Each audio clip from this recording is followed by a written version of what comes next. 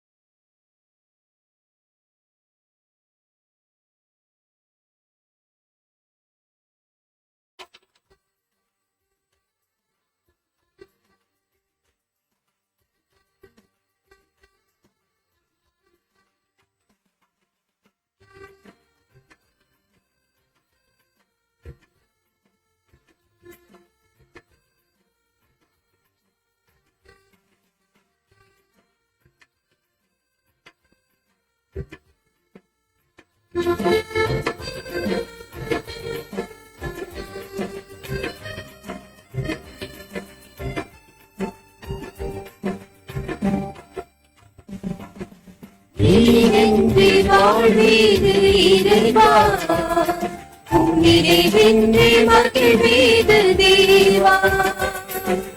நீரின்றி வாழ்வீது இறைவா, நினைவின்றி மகிழ்வீது தேவா.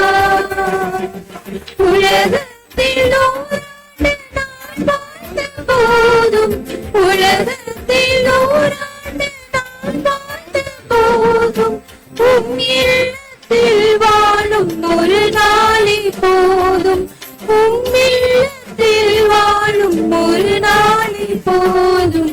நீரின்றி வாழ்வீது இறைவா, உம் நிறைவின்றி மகிழ்வீது தேவா. நீரின்றி வாழ்வீது இறைவா, உம் நிறைவின்றி மகிழ்வீது தேவா.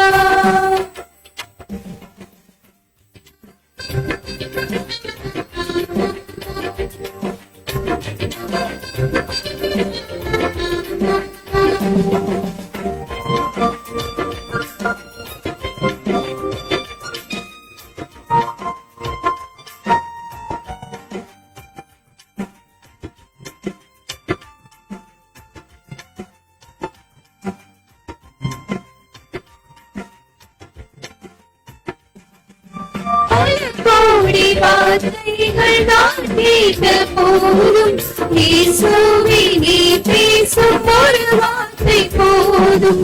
பல கோடி வார்த்தைகள் நான் கேட்ட போதும், இயேசுவே நீ பேசும் ஒரு வார்த்தை போதும். ஓராயிரம் ஜீவன் உயிர் வாழுமே, ஓராயிரம் ஜீவன் உயிர் வாழுமே. உம் வார்த்தையில் உண்டு அற்புதமே, உம் வார்த்தையில் உண்டு அற்புதமே. நீரின்றி வாழ்வீது இறைவா, உம் நிறைவின்றி மகிழ்வீது தேவா. நீரின்றி வாழ்வீது இறைவா, உம் நிறைவின்றி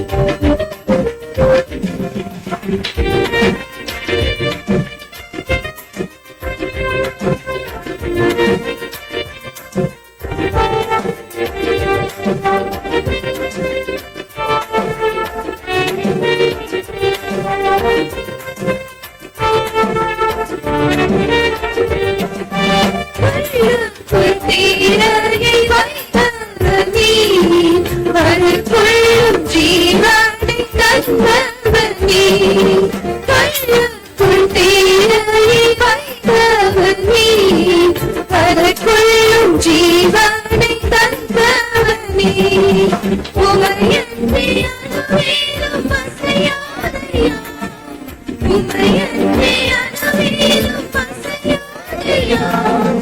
துணையின்றி உயிர் வாழ முடியாதையா. துணையின்றி உயிர் வாழ முடியாதையா.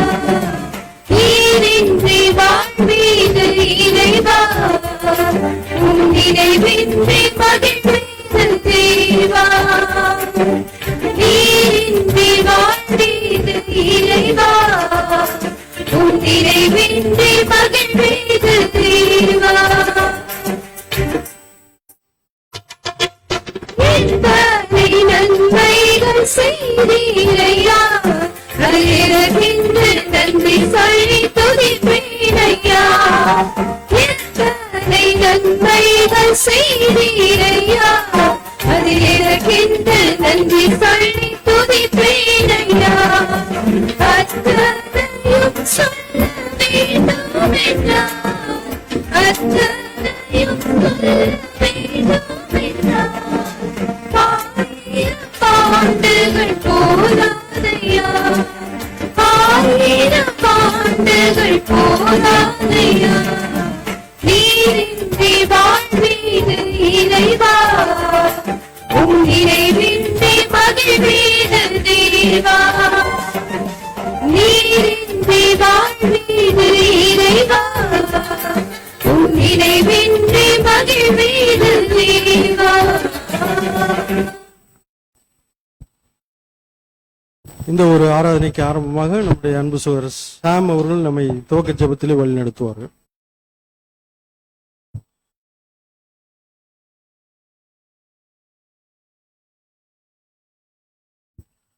ஜெபம் செய்வோம்.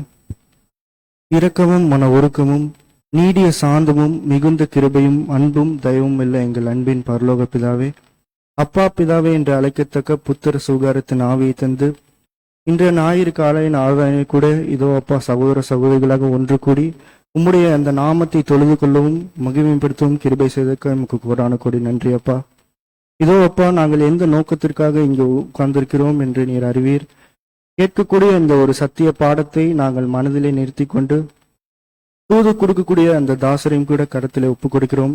நீர் என்ன சொல்ல சித்தம் வைத்திருக்கிறீரோ அதை நாங்கள் அந்த தாசர் மூலமாக கேட்டு ஒரு காதிலே கேட்டு மறு காதிலே விட்டு விடாதபடி இருதயமாகி அந்த பலகையிலே எழுதி கொண்டு அதை கேட்கிற மாத்திரமல்லாமல் எங்களுடைய வாழ்க்கையிலே அதை அபியாசப்படுத்த நீர் தாமே கிருபை தந்த ஆசீர்வதியும் தேனே. அதற்கேற்ற போதிய அளவில்லாமல் பரிசுத்த ஆவி எங்களுக்கு அளவில்லாமல் தந்து ஆசீர்வதியும் தேவனே. இன்னும் வரைப்பட்ட தடைப்பட்டிருக்கக்கூடிய அனைத்து சகோதர சகோதரிகளுக்காக ஜெபிக்கிறோம். அவர்களும் அந்த கூடுகையிலே வந்து கலந்து கொள்ள நீதாமே அந்த ஏற்ற சூழ்நிலைகளை அமைத்து தருமாறு கேட்டுக்கொள்கிறோம். இந்த ஒரு சிறிய விண்ணப்பத்தை ஆண்டவரும் மீட்பெரும் இரட்சகரும் போதகரும் கண்மலையும் சகோதரனுமாய் இருக்கிற எங்கள் ஆண்டவராகிய இயேசு கிறிஸ்துவின் ஜெபிக்கிறோம் எங்கள் ஜீவனுள்ள நல்ல பிதாவே.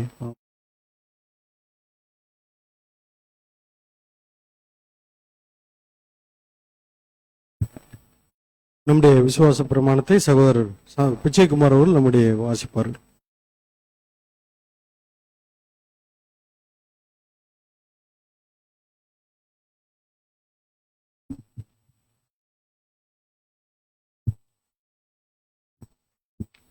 நமது விசுவாசம் தாம் ஒருவராய் சாவமை உள்ளவரும் ஒருவரும் சேரக்கூடாத ஒளியில் வாசம் பண்ணுகிறவரும் ஆதி அந்தமில்லாத ஏக சக்கராவதியுமான யெகோவா என்னும் நாமம் உள்ள ஒன்றான மெய்தேவனை விசுவாசிக்கிறோம். அவருடைய ஒரே பேரான குமாரனும் நம்முடைய கர்த்தரும் இரட்சகருமான இயேசு கிறிஸ்துவையும் விசுவாசிக்கிறோம். இவர் அதர்சனமான தேவனுடைய தற்சருவமும் சர்வ சிருஷ்டிக்கும் முந்தின பேருமானவர். தேவன் இவரை கொண்டும் இவருக்கென்றும் உலகங்களையெல்லாம் உண்டாக்கி இவரையே சர்வத்துக்கும் சுதந்திரரையாகவும் நியமித்தார். எல்லாம் இவருக்குள் நிலைநிற்க என்றும் விசுவாசிக்கிறோம். இவர் தேவகுமாரனாயிருந்தும் சமமாயிருக்க எண்ணாமல் அக்கிரமங்களெல்லாம் ஜீவனை இழந்த மனுஷர் பேரில் மனதுருகி தம்மே தாமே வெறுமையாக்கி மனிதனாகி எல்லோரையும் மீட்கும் பொருளாக தம்முடைய ஜீவனையை கொடுத்து தேவனுக்கும் மனுஷருக்கும் சமாதானத்தை உண்டு பண்ணினார் என்றும் விசுவாசிக்கிறோம். ஆதலால் தேவன் இவரை மரித்தோர்ந்து எழுப்பி தம்மை போல் குமாரனும் ஜீவனாக செய்து எல்லாவற்றுக்கும் மேலாக உயர்த்தி தம்முடைய வல்லமையின் வலது வீட்டிற்கு செய்தார் என்றும் விசுவாசிக்கிறோம். இவரே தேவனுக்கும் மனுஷருக்கும் மத்தியஸ்தராகவும் சபையாகிய சரீரத்துக்கு தலையாகவும் இருக்கிறார் என்றும் விசுவாசிக்கிறோம்.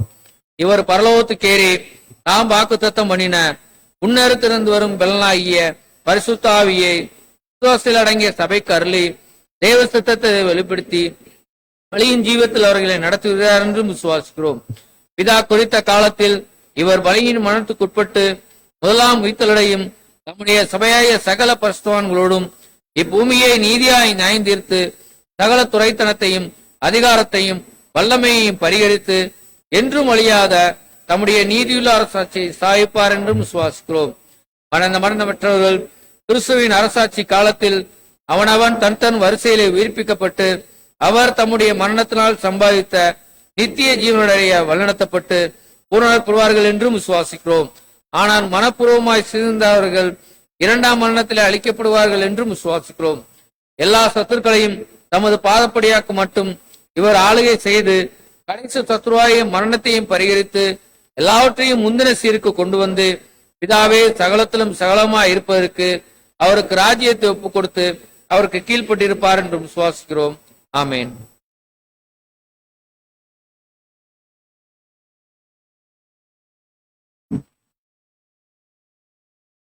இன்றைய நாளுக்குரிய பரலோக மன்னாவை சகோதரர் சந்தானம் அவர்கள் வாசிப்பார்கள். அதைத் தொடர்ந்து காலை தீர்மானத்தை சகோதரர் ராஜ்குமார் அவர்கள் நம்முடைய வாசிப்பார்கள்.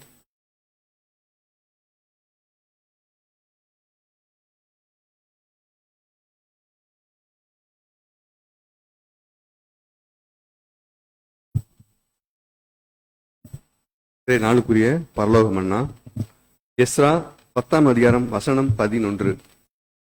தேசத்தின் ஜனங்களையும் அருஜாதியான ஸ்திரீகளையும் விட்டு விலகுங்கள். அதற்கான விளக்கம், உண்மை கிறிஸ்தவர்கள் இவ்வுலகின் சமுத்திரத்தில் இருக்கும் ஒரு கப்பலுக்கு ஒப்பாவார்கள் என்றும் அந்த சமுத்திரம் கப்பலுக்குள் போகாதிருக்கும் வரை அது ஆபத்துக்குள்ளாகாது என்றும் ஒரு சரியாக கூறியிருக்கிறார். தற்கால கிறிஸ்தவ சமுதாயம் உலகில் அந்நியரை அனுமதித்து பேர் கிறிஸ்தவர்களாக மாற்றி கிறிஸ்தவ சமுதாயத்திற்கே கேடு விளைவித்துள்ளது. உண்மை வணக்கத்தை இவர்கள் விலக்கி ஆராதனை முறைகளில் பல தவறுகளை நுழைத்து ஆதி கிறிஸ்தவர்களின் போதகங்கள் உண்மை வணக்கங்கள் யாவையும் மாற்றிவிட்டார்கள். புறஜாதி மக்களோடு சம்மதம் கலப்பதும் அவர்கள் மத்தியில் இருப்பதும் தேவனால் விளக்கப்பட்டது. ஆதார வசனங்கள் 2 கொரிந்தியர் 6ஆம் அதிகாரம் 14 முதல் 18 வசனங்கள். 2 கொரிந்தியர் 6ஆம் அதிகாரம் 14ஆம் வசனம் முதல். அந்நிய நுகத்திலே அவ்விசுவாசிகளுடன் பிணைக்கப்படாதிருப்பீர்களாக. நீதிக்கும் அநீதிக்கும் சம்பந்தம் ஏது? ஒளிக்கும் இருளுக்கும் ஐக்கியம் ஏது? கிறிஸ்துவுக்கும் பேலியாளுக்கும் இசைவேது? அவ்விசுவாசியுடனே விசுவாசிக்கு பங்கேது? தேவனுடைய ஆலயத்துக்கும் விக்கிரகங்களுக்கும் சம்பந்தம் ஏது? நான் அவர்களுக்குள்ளே வாசம் பண்ணி அவர்களுக்குள்ளே உலாவி அவர்கள் தேவனாயிருப்பேன், அவர்கள் என் ஜனங்களாயிருப்பார்கள் என்று தேவன் சொன்னபடி நீங்கள் ஜீவனுள்ள தேவனுடைய ஆலயமாய் இருக்கிறீர்களே. ஆனபடியால் நீங்கள் அவர்கள் நடுவிலிருந்து புறப்பட்டு பிரிந்து போய் அசுத்தமானதை தொடாதிருங்கள் என்று கர்த்தர் சொல்லுகிறார். அப்பொழுது நான் உங்களை ஏற்றுக்கொண்டு உங்களுக்கு பிதாவாயிருப்பேன், நீங்கள் எனக்கு குமாரரும் குமார்த்திகளுமாய் இருப்பீர்கள் என்று சர்வ வல்லமையுள்ள கர்த்தர் சொல்லுகிறார் என்பதே ஆமென்.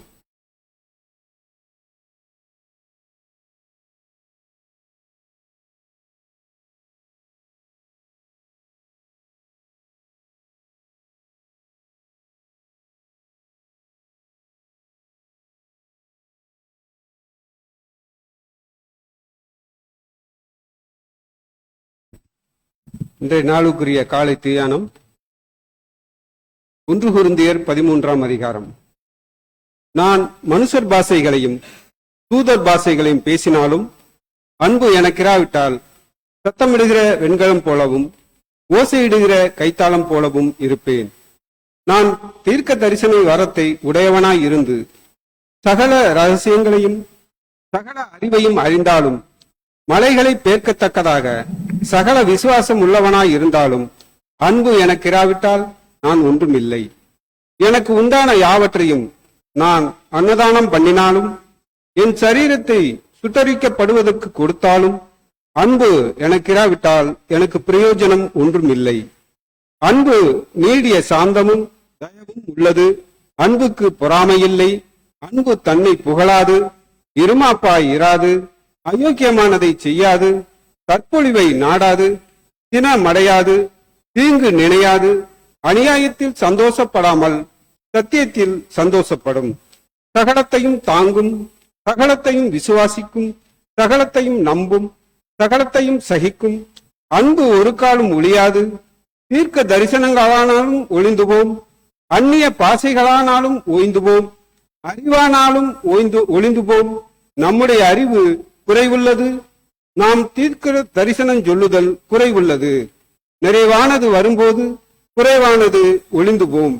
நான் குழந்தையாய் இருந்தபோது குழந்தையைப் போல பேசினேன், குழந்தையைப் போல சிந்தித்தேன், குழந்தையைப் போல யோசித்தேன். நான் புருஷனான போதோ குழந்தைக்கேற்றவைகளை ஒழித்து விட்டேன். இப்பொழுது கண்ணாடியிலே நிழலாட்டமாய் பார்க்கிறோம், அப்பொழுது முகமுகமாய் பார்ப்போம். இப்பொழுது நான் குறைந்த அறிவுள்ளவன், அப்பொழுது நான் அறியப்பட்டிருக்கிறபடியே அறிந்து கொள்ளுவேன். இப்பொழுது விசுவாசம், நம்பிக்கை, அன்பு இம்மூன்றும் நிலைத்திருக்கிறது. இவைகளில் அன்பே பெரியது என்பதே.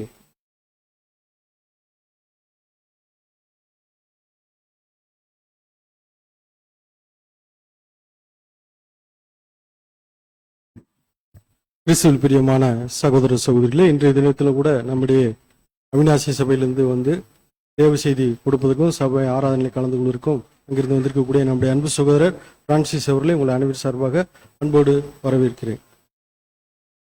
பிரியமான சகோதர சகோதரிகளே, இன்றைய தினத்திலும் ஆராதனையிலே நாம் தியானிக்க போகிற பாடத்தின் தலைப்பு என்னவென்றால் சிருஷ்டிப்பின் திருஷ்டாந்தங்கள். சிருஷ்டிப்பின் திருஷ்டாந்தங்கள் என்ற தலைப்பிலே தேவ செய்தி கொடுக்கும்படி சகோதரர் பிரான்சிஸ் அவர்களை உங்கள் அனைவர் சார்பாக அன்போடு அழைக்கிறேன்.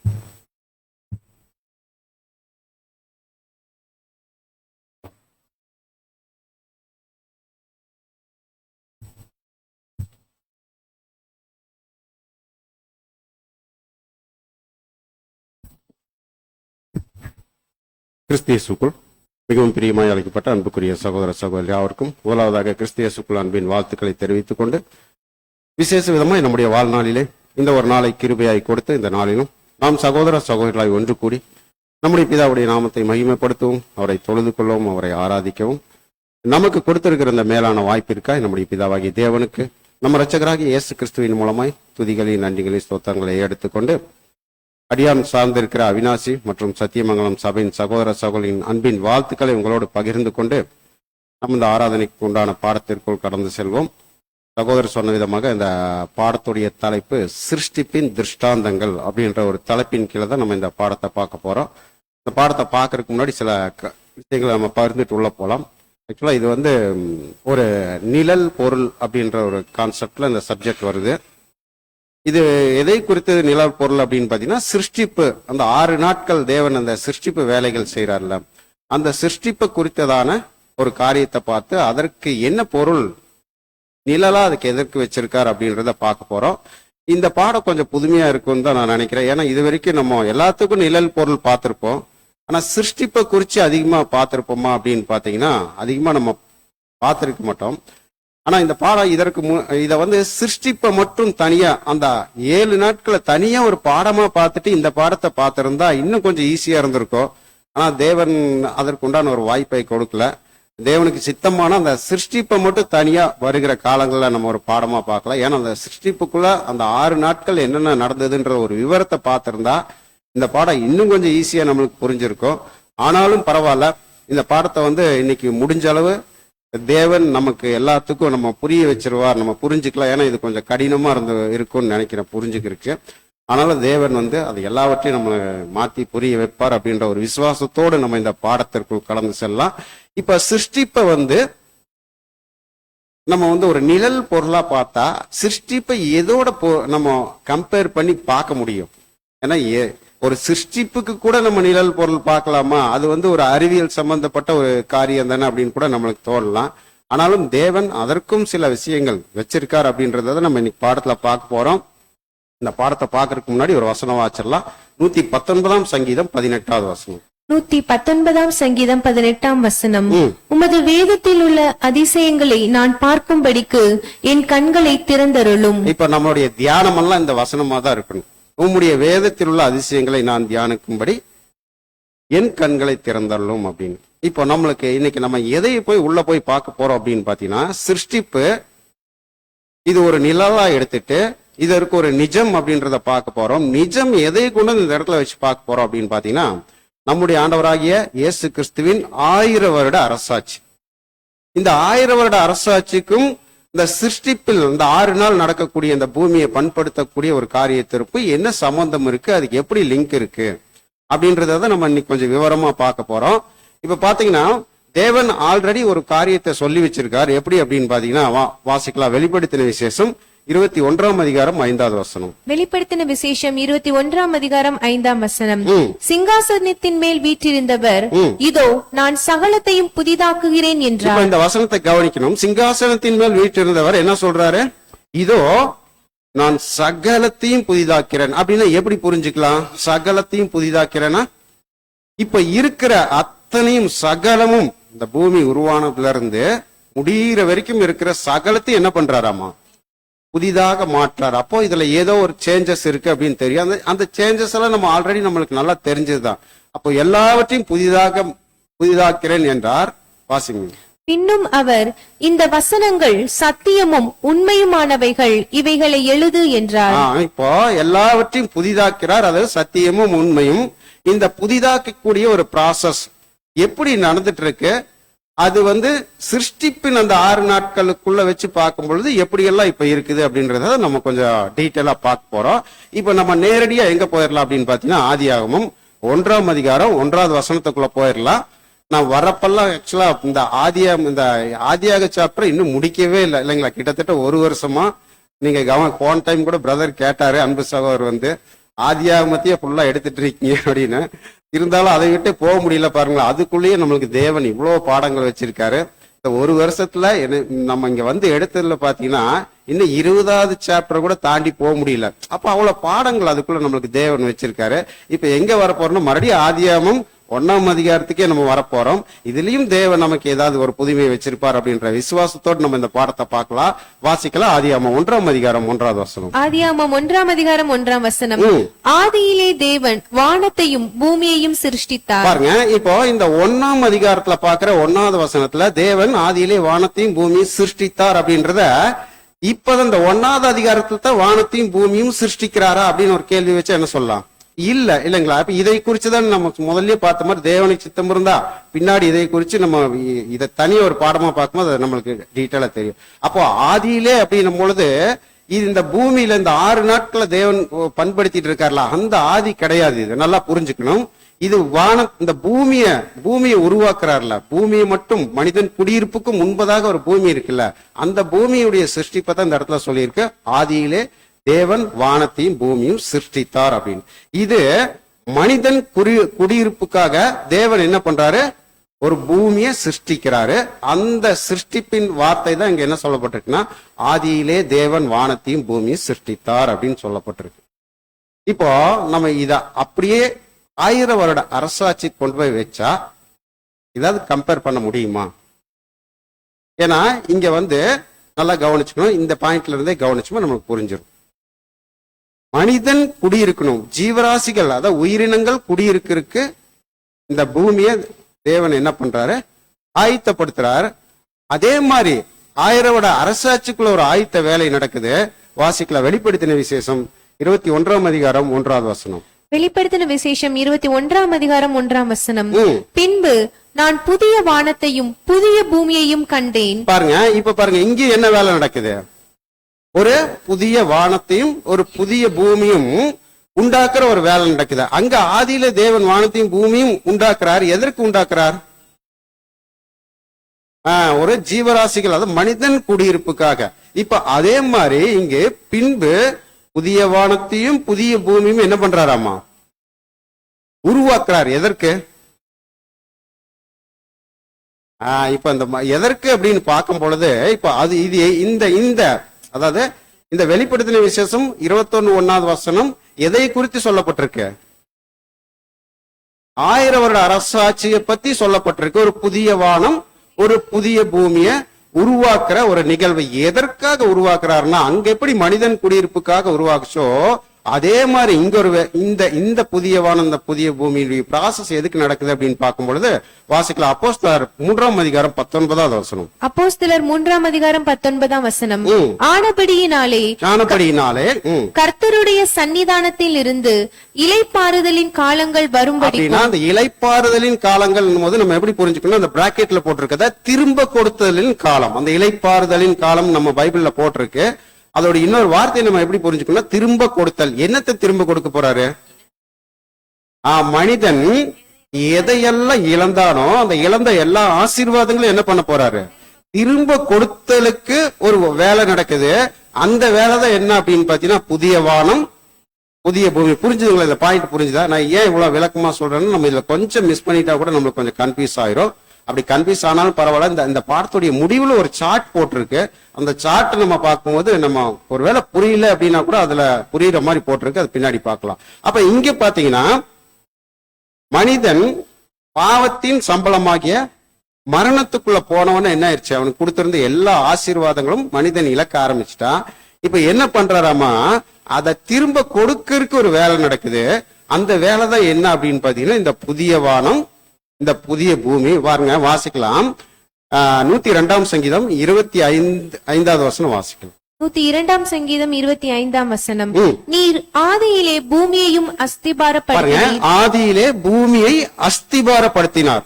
இந்த இடத்துல இருந்தா என்ன நடக்குதுன்னு இந்த 6 நாள் சிருஷ்டிப்பு நடக்குது. இப்ப ஆதியிலே பூமியை சிருஷ்டித்தார் இல்ல, ஆதியிலே பூமிய. இப்ப இது ரெண்டுக்கும் என்ன வித்தியாசம்? சிருஷ்டிப்பு அப்படின்றது அந்த பூமியை சிருஷ்டிக்கிறார். இந்த அஸ்திபாரப்படுத்துறது அப்படின்றது மனிதனுடைய குடியிருப்புக்கு பண்படுத்தக்கூடிய ஒரு வேலை நடக்குது இல்லைங்களா? ஆதியிலே நீ பூமி அதாவது பூமியை அஸ்திபாரப்படுத்தினீர். வானங்கள் உம்முடைய கரத்தின் கிரியையாய் இருக்கிறது. வானங்கள் உம்முடைய கரத்தின் கிரிகைகளாய் இருக்கிறது. அவைகள் அழிந்து போம். இப்ப என்ன சொல்லிட்டாரு? ஆதியில பூமியை அஸ்திபாரப்படுத்தினார். எதற்காக அஸ்திபாரப்படுத்துறாருன்னா மனிதனின் குடியிருப்புக்காக அஸ்திபாரப்படுத்துறார். ஆனா இந்த பூமி என்ன ஆயிருமாமா? பூமி வானமெல்லாம் அழிந்து போயிரிய. ஒரு புதிய வானமும் ஒரு புதிய பூமியும் வரப்போகுது, அழிந்து போகும். நீரோ நிலைத்திருப்பீர். அவைகள் எல்லாம் வஸ்திரம் போல் பழமையாய் போ. அப்ப புதிய அந்த முதல் புதிய அந்த பழைய வானம் பழைய பூமி எல்லாம் பழசா போயிரும். அது ஒரு வஸ்திரம் போல பழசா போயிரும். அவைகளை ஒரு சால்வையை மாற்றுவது போல மாறி போகும் அப்படின்னு சொல்லிருக்கு. இதே வசனம் எபிரேயர்லயும் இதே ஒரு வார்த்தைகள் எபிரேயர்லயும் சொல்லப்பட்டிருக்கு. வாசிக்கலாம். எபிரேயர் 1ஆம் அதிகாரம் 10-12 வசனங்களை வாசிக்கலாம். எபிரேயர் 1ஆம் அதிகாரம் 10ஆம் வசனம் முதல். கர்த்தாவே, நீர் ஆதியிலே பூமியை அஸ்திபாரப்படுத்தினீர். வானங்களும் உம்முடைய கரத்தின் கிரியைகளாய் இருக்கிறது. அவைகள் அழிந்து போம். நீரோ நிலைத்திருப்பீர். அவைகள் எல்லாம் வஸ்திரம் போல பழமையாய் போம். ஒரு சால்வையை போல அவைகளை சுருட்டுவீர். பாருங்க, இப்ப அந்த இடத்துல ஒரு சால்வையை போல் நம்ம சங்கீதத்துல பார்க்கும்போது மாற்றுவீர் அப்படின்னு வந்திருக்கும். இங்க சால்வையை போல். இப்ப ரெண்டுக்கும் என்ன வித்தியாசம்? இப்ப சுருட்டி வச்சா என்ன அர்த்தம்?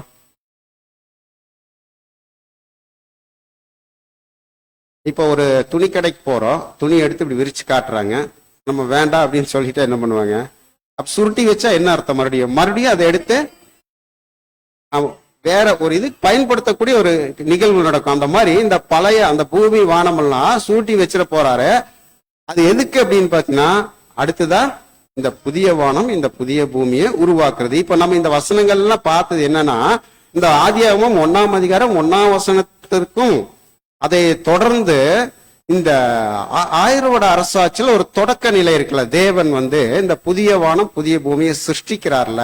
அதாவது அங்க மனிதனின் குடியிருப்புக்காக, இங்க மனிதன் இழந்து போன எல்லாவற்றையும் திரும்ப கொடுத்ததற்காக ஒரு பூமியை ஆயத்தப்படுத்தக்கூடிய அல்லது பண்படுத்தக்கூடிய ஒரு வேலை நடக்குது.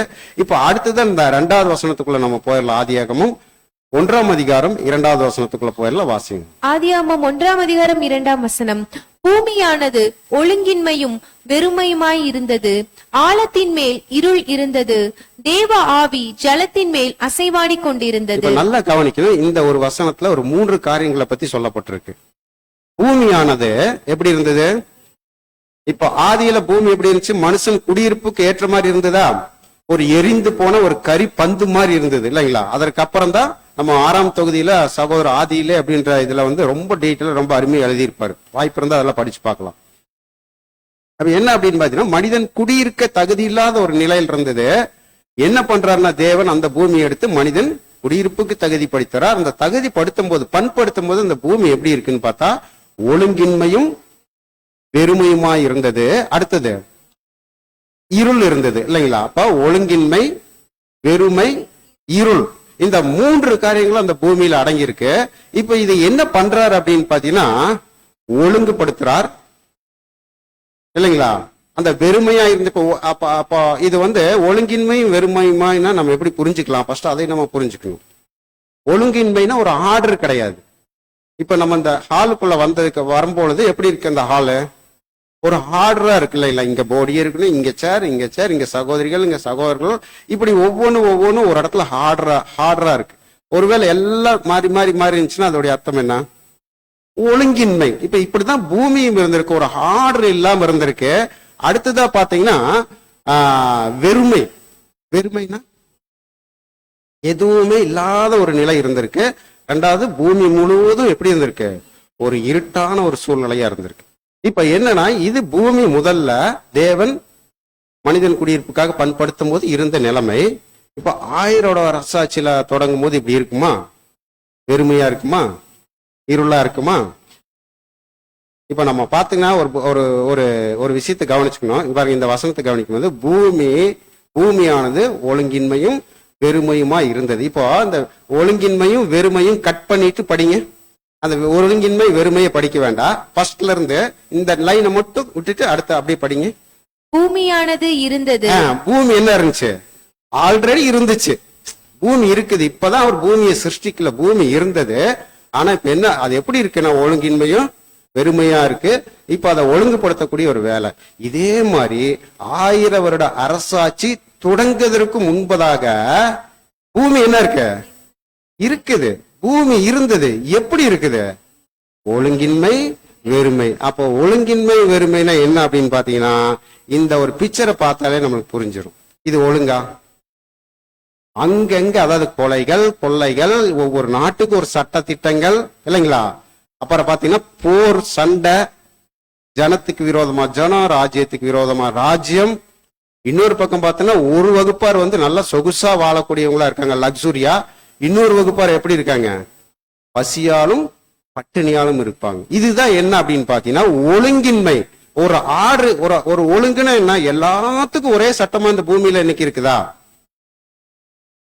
எல்லாத்துக்கும் சொந்த வீடு இருக்கணும், எல்லாத்துக்கும் சாப்பாடு கிடைக்கணும், எல்லாத்துக்கும் படிப்பு கிடைக்கணும், எல்லாரும் சமமா இருக்கணும் அப்படின்ற ஒரு ஆர்டர் இருக்குதா?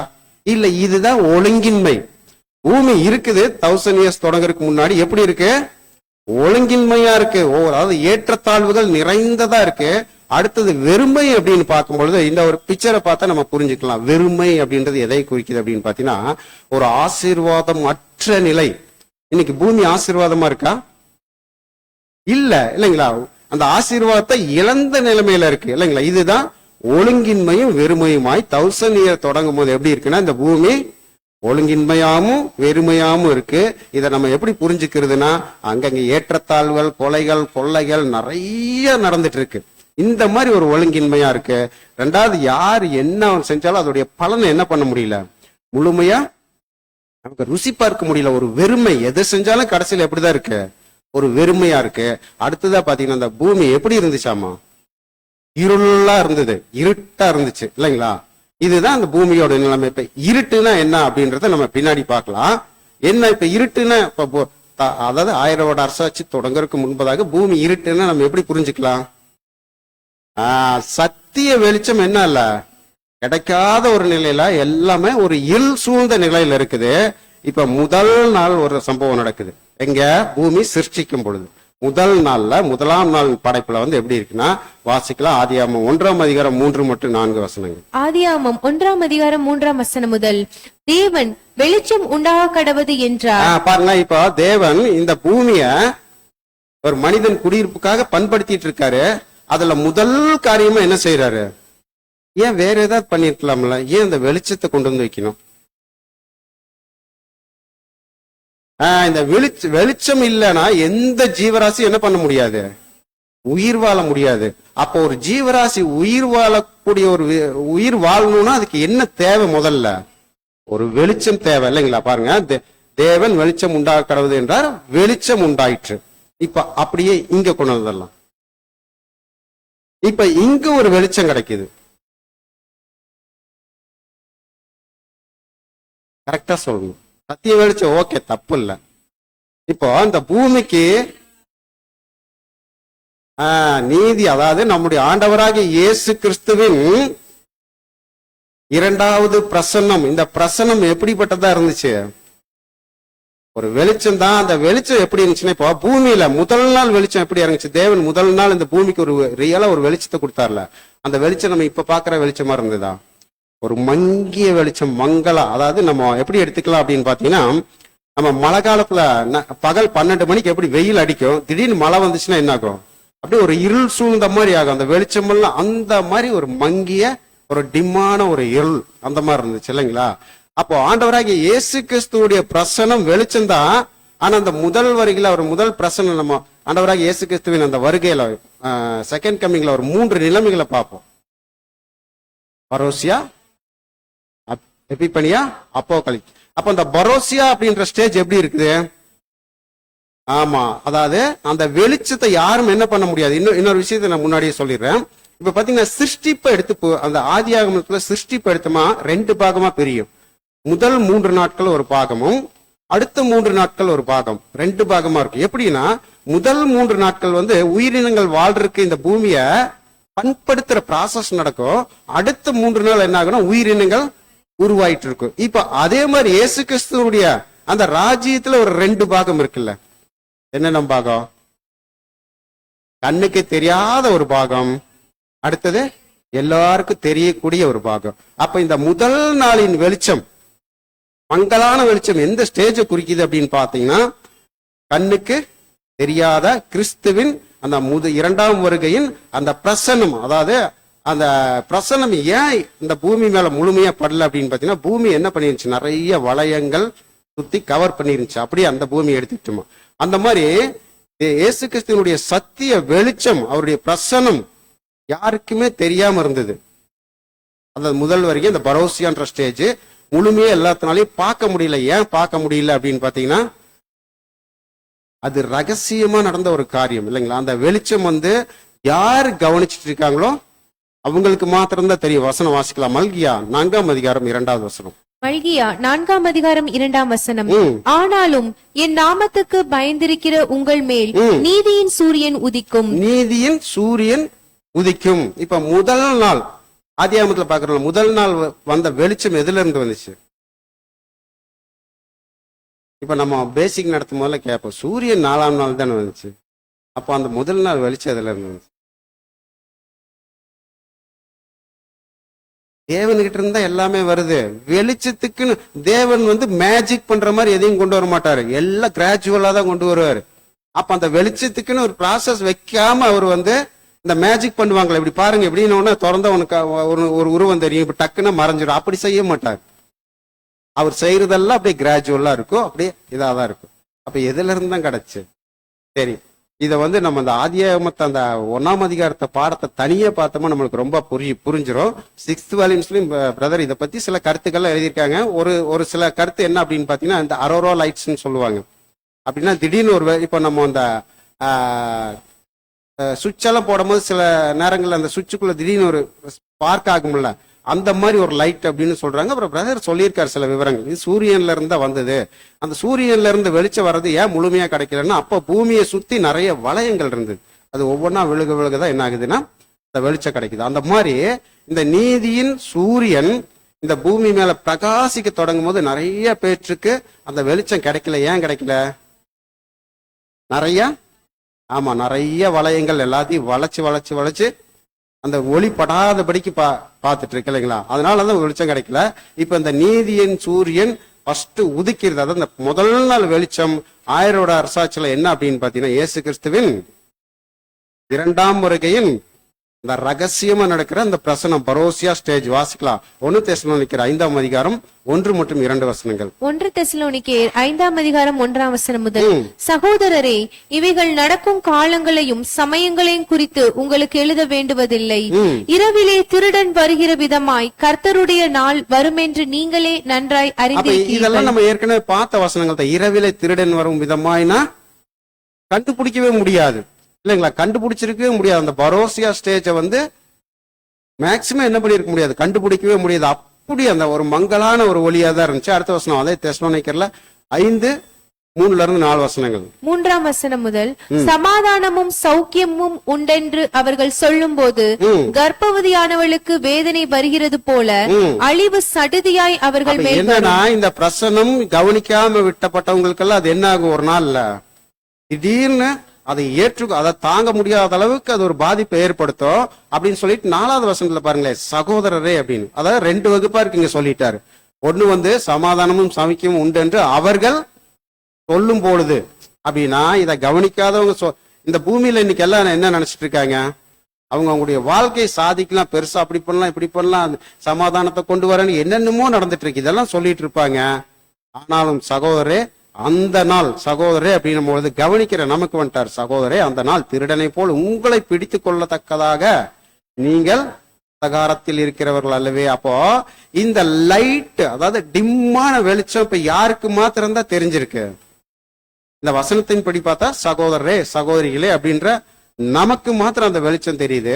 இதுதான் அந்த முதல் நாள் வெளிச்சம். இன்னொரு வசனம் கூட யோவான் 8ஆம் அதிகாரம் 12வது வசனத்துல கூட பாருங்க, இயேசு கிறிஸ்துவ பத்தி தான் சொல்லப்பட்டிருக்கு. மறுபடியும் இயேசு ஜனங்களை நோக்கி நான் உலகத்திற்கு ஒளியா இருக்கிறேன்னு சொல்றாரு. அதே யோவான்ல 9:5 வந்து நான் உலகத்தில் இருக்கையில் உலகத்திற்கு ஒளியா இருக்கேன். அப்ப அந்த முதல் நாள் வெளிச்சம் எதை குறிக்குது அப்படின்னு பாத்தீங்கன்னா, இயேசு கிறிஸ்துவின் 2ஆம் பிரசனம். நல்லா கவனிச்சுக்கணும், முதல் நாள் வெளிச்சம். அந்த வெளிச்சம் எதுல இருந்து வந்து அந்த வெளிச்சம் எதுல இருந்து வந்துச்சு நம்ம கம்பேர் பண்ணி பார்க்கலாம். அந்த வெளிச்சத்தை மட்டும் நம்ம பார்த்துட்டு இருக்கோம், நல்லா புரிஞ்சுக்கணும். அந்த வெளிச்சம் 2ஆம் பிரசனத்தை குறிக்குதா, கண்ணுக்கு தெரியாத அந்த ரகசிய வருகையை குறிக்கிறதா இருக்கு. அடுத்து இதுலயே ஆதியாகமம் 1ஆம் அதிகாரம் 5வது வசனம் வாசிடலாம். ஆதியாகமம் 1ஆம் அதிகாரம் 5ஆம் வசனம். தேவன் வெளிச்சத்துக்கு பகல் என்று பெயரிட்டார், இருளுக்கு இரவு என்று பெயரிட்டார். அப்போ இந்த இடத்துல வந்து என்ன நடக்குது அப்படின்னு பாத்தீங்கன்னா, ஒரு பிரிவினை நடக்குது. ஒண்ணு வந்து என்னவாமா, இருளு, இன்னொன்னு வெளிச்சம். அப்ப இயேசு கிறிஸ்து இத அப்படியே வந்து நம்ம 1000 வருட அரசாட்சிக்குள்ள இரவு பகல் அப்படின்னு நம்ம கம்பேர் பண்ண, எதோட கம்பேர் பண்ணலாம் அப்படின்னு பார்க்கும் பொழுது நம்மளுக்கு நல்லாவே இதெல்லாம் ஈஸியா புரிஞ்சுக்க முடியும். இப்போ ஒரு பக்கம் சூரியன் ஒளிப்பட்டதுனால சூரியன் பூமி வந்து 23.5 டிகிரி ஒரு சாய்வில் அப்படியே சுத்திட்டு இருக்கும் போது ஒரு பக்கம் என்ன ஆகும், எந்த பக்கம் போதோ அந்த பக்கம் வெளிச்சப்படும், இன்னொரு பக்கம் இருட்டாயிரும். அப்ப 2 விதமா அங்க பிரியுது இல்லைங்களா? பூமி இந்த வெளிச்சம் வந்ததுக்கு அப்புறம் 2 விதமா பிரியுது. அதே மாதிரி இயேசு கிறிஸ்துவின் பிரசனம் இந்த பூமியில வந்த உடனே ஒரு பக்கம் இருளு வெளிச்சம். இது எப்படி கம்பேர் பண்ணலாம்? வசனம் வாசிக்கலாம். ஏசாயா 60ஆம் அதிகாரம் 2வது வசனம். ஏசாயா 60ஆம் அதிகாரம் 2ஆம் வசனம். இதோ இருள் பூமியையும் காரிருள் ஜனங்களையும் மூடும். காரிருள் ஜனங்களையும், கண்ணுக்கே தெரியாது இருட்டாவே இருக்கவங்களுக்கு ஜனங்களையும் மூடும். ஆனாலும் உன்மேல் கர்த்தர் உதிப்பார். உன்மேல் கர்த்தர் உதிப்பார்னா ஒட்டுமொத்த ஒரு வகுப்பார் பூரா இப்படிதான் இருப்பாங்க, இருள்லயே இருப்பாங்க. இன்னொரு வகுப்பாருக்கு என்ன ஆயிரும், இந்த கிறிஸ்துவின் அந்த பிரசனம் 2வது பிரசனத்தின் வெளிச்சம் கிடைக்க ஆரம்பிச்சிரும். அப்ப பாத்தீங்கன்னா இங்க இப்ப என்ன நிலைமையில இருக்கு, 1000 வருட அரசாட்சிக்குள்ள இருட்டும் இருக்கு, இரவும் இருக்கு, பகலும் இருக்கா இல்லையா? இது ஒத்து போகுதா, புரியுதா? ஏன்னா நம்ம பாட்டுக்கு சொல்லிட்டு போயிட்டு இல்லைங்களா? பாருங்களேன், இப்ப ஒரு சாராருக்கு, ஒரு வகுப்பாருக்கு வெளிச்சம் கிடைச்சிட்டு இருக்கு, இன்னொரு வகுப்பாருக்கு வெளிச்சம் இல்லாம இன்னும் இருளுக்குள்ளேயே இருக்கிறாங்க. இதுதான் அந்த இரவு பகல் அப்படின்றத நம்ம கம்பேர் பண்ணி பார்த்தோமா, இந்த ராஜ்யத்திற்குள்ள அது எதை காட்டுது அப்படின்றது இந்த ஒரு நிலைமையை பாக்குறோம். அடுத்ததா பாத்தீங்கன்னா 2ஆம் நாள். இந்த 2ஆம் நாள் படைப்புல வந்து அடுத்த ஒரு ப்ராசஸ், அதாவது முதல் நாள் வெளிச்சம் வந்துருச்சு. இந்த வெளிச்சம் வந்த உடனே 2 பிரிவு ஏற்படுது. ஒண்ணு இருள், அது வரைக்கும் இருள் மட்டும் சூழ்ந்திருந்தது. இந்த வெளிச்சம் வந்த உடனே இருளும் இருக்கு, பூமியில ஒரே பூமி தான், இருளும் இருக்கு வெளிச்சமும் இருக்கு. இதை நம்ம 1000 வருட அரசாட்சிக்குள்ள பார்க்கும் பொழுது சத்தியத்தின் வெளிச்சம் பெற்றவங்களும் இருக்கும், இன்னும் சத்தியத்தின் வெளிச்சம் பெற்றுக்கொள்ளாத பேர் எத்தனையோ பேர் இருளுக்குள்ளேயே இருக்கிறதையும் அடையாளப்படுத்துகிறதா இருக்கு. அடுத்ததா இந்த 2ஆம் நாள்ல நம்ம பார்க்கும் பொழுது இன்னொரு ப்ராசஸ் நடக்குது. வாசிக்கலாம். ஆதியாகமம் 1ஆம் அதிகாரம் 6 மற்றும் 7 வசனங்கள். ஆதியாகமம் 1ஆம் அதிகாரம் 6ஆம் வசனம் முதல். பின்பு தேவன் ஜலத்தின் மத்தியில் ஆகாய விரிவு உண்டாக கடவது என்றும். இப்ப பாருங்களேன், பூமி எப்படி ஃபுல்லா நீரினால் சூழப்பட்டிருக்குது. இப்பதான் ஒரு ப்ராசஸ் பண்றாரு. என்னன்னா, பின்பு தேவன் ஜலத்தின் மத்தியில் ஆகாய விரிவு உண்டாக கடவது என்றும் அது ஜலத்தினின்று ஜலத்தை பிரிக்க கடவுதும் என்று சொன்னார். வாசிங்க. தேவன் ஆகாய விரிவை உண்டு பண்ணி ஆகாய விரிவுக்கு கீழே இருக்கிற ஜலத்திற்கும் ஆகாய விரிவுக்கு மேலே இருக்கிற ஜலத்திற்கும் பிரிவு உண்டாக்கினார். இப்போ சிருஷ்டிப்புல இது நடக்குது. ஃபுல்லா தண்ணியா இருக்குது. இப்ப இந்த தண்ணியில இருந்து கொஞ்சம் தண்ணியை தேவன் என்ன பண்றாரு, மேல கொண்டு போயிடுறாரு. இது ரெண்டுக்கும் இடையில ஒரு கேப் இருக்குது இல்லைங்களா? இந்த கேப்ல வந்து லிட்டரலா நம்ம பார்த்துட்டோம்னா ஒரு 4 லேயர் இருக்குன்னு சொல்றாங்க. இந்த லேயர் வந்து மனுஷனுக்கு பல நன்மைகளை செஞ்சுட்டு இருக்கு. அதாவது சுவாசத்தை கொடுக்கக்கூடிய ஒரு காற்று மண்டலம் இருக்கு இல்லைங்களா? அப்புறம் இன்னைக்கு நம்ம செல்போன்லாம் பேசிட்டு இருக்கோம்ல, அதெல்லாம் எப்படி நம்ம இந்த இந்த காற்று மண்டலம், இந்த மண்டலம் இல்லைன்னா, இந்த ஆகாய விரிவு இல்லைன்னா நம்ம என்ன பண்ண முடியாது, அதெல்லாம் பண்ணவே முடியாது.